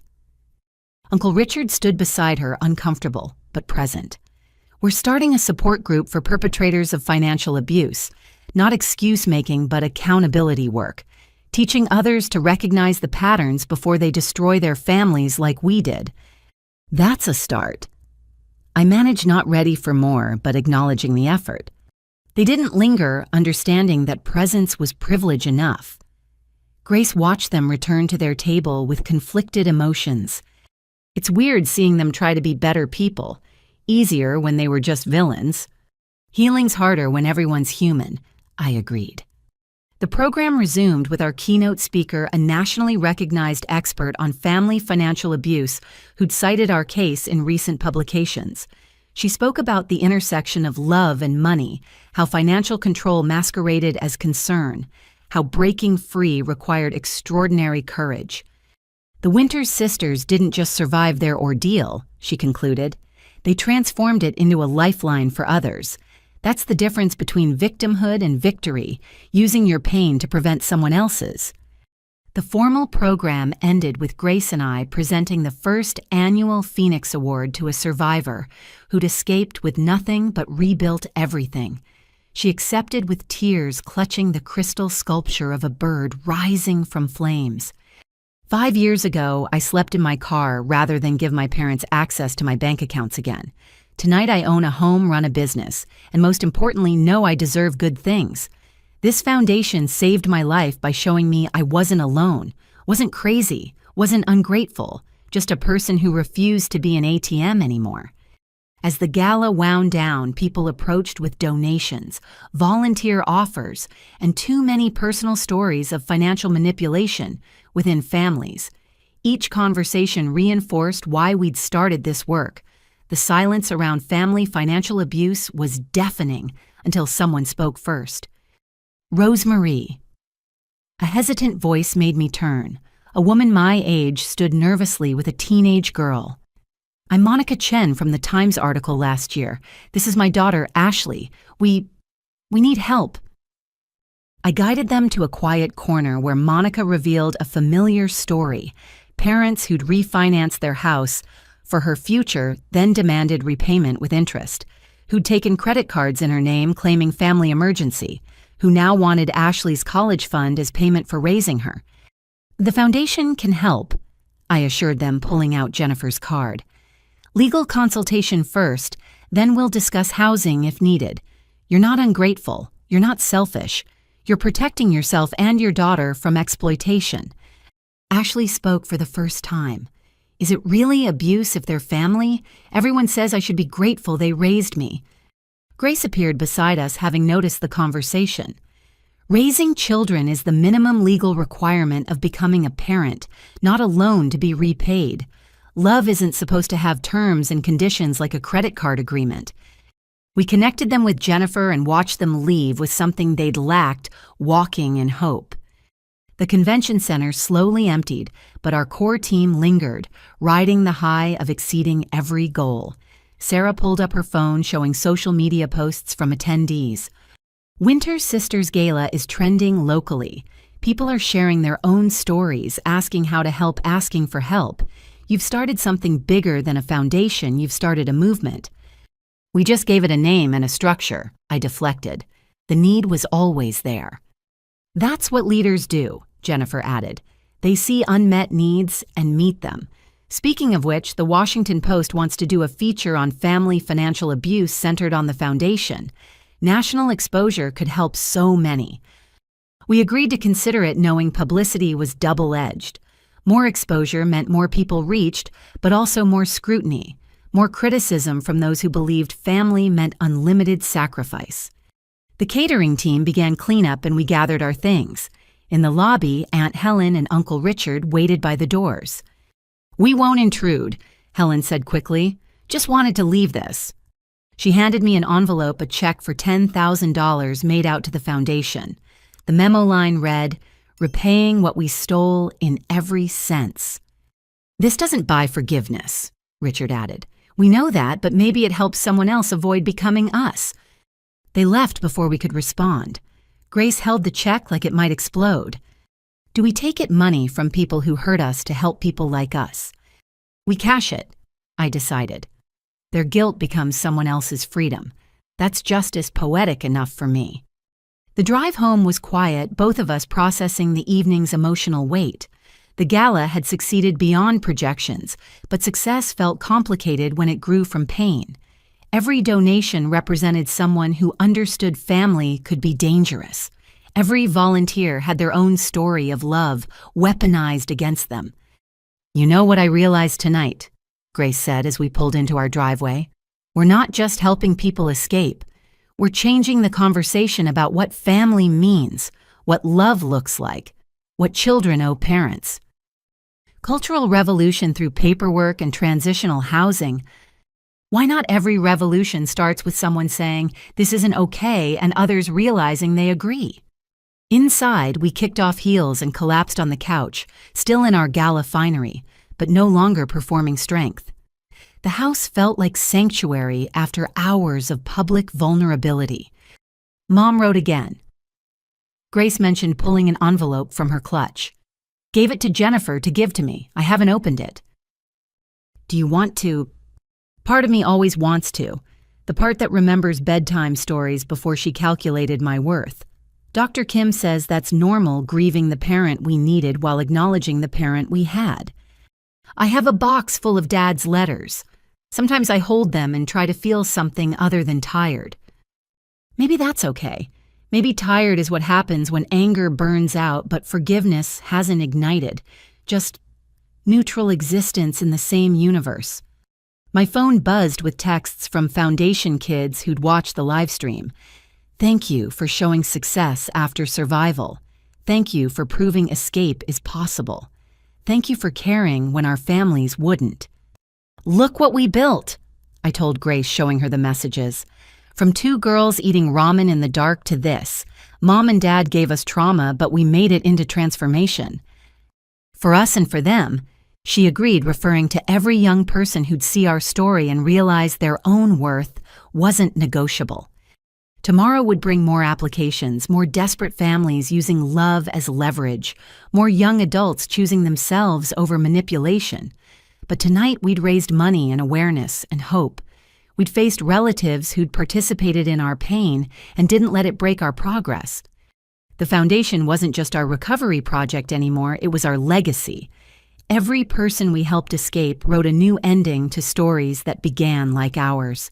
Every dollar raised proved that chosen family could be more generous than blood. Every event like tonight's declared that survival was just the beginning. Thriving was the goal. Next year's gala, Grace asked, already planning. Bigger venue, more survivors speaking, maybe a scholarship announcement. The Winters Sisters Scholarship for Ungrateful Children. I suggested with dark humor. For students whose families believe education is selfishness unless it pays dividends. Perfect. We'll make independence achievable for kids who've been told it's betrayal. We sat in comfortable silence, 2 sisters who'd rebuilt themselves and now built futures for others. The foundation was our phoenix rising from ashes of conditional love to offer unconditional support. Every success story healed us a little more. Every escaped kid proved that cycles could break. Our parents served their sentences in federal prison, but we served ours in boardrooms and benefit galas, turning our imprisonment in trauma into keys for others' escape. It was exhausting, triggering necessary work, and we wouldn't stop until family financial abuse was recognized, addressed, and prevented. The Winters Sisters Foundation stood on ground fertilized by pain, but blooming with possibility. Tonight's gala was just the beginning. There were too many kids sleeping in cars to escape emotional invoices, too many young adults choosing homelessness over home abuse, too many families where love meant debt. But there were also 2 sisters who'd survived, thrived, and decided that their happy ending included making sure others got theirs too. And that foundation built on truth boundaries and the radical notion that children don't owe parents for being born would outlast any prison sentence. The phoenix had risen. Now it was teaching others to fly.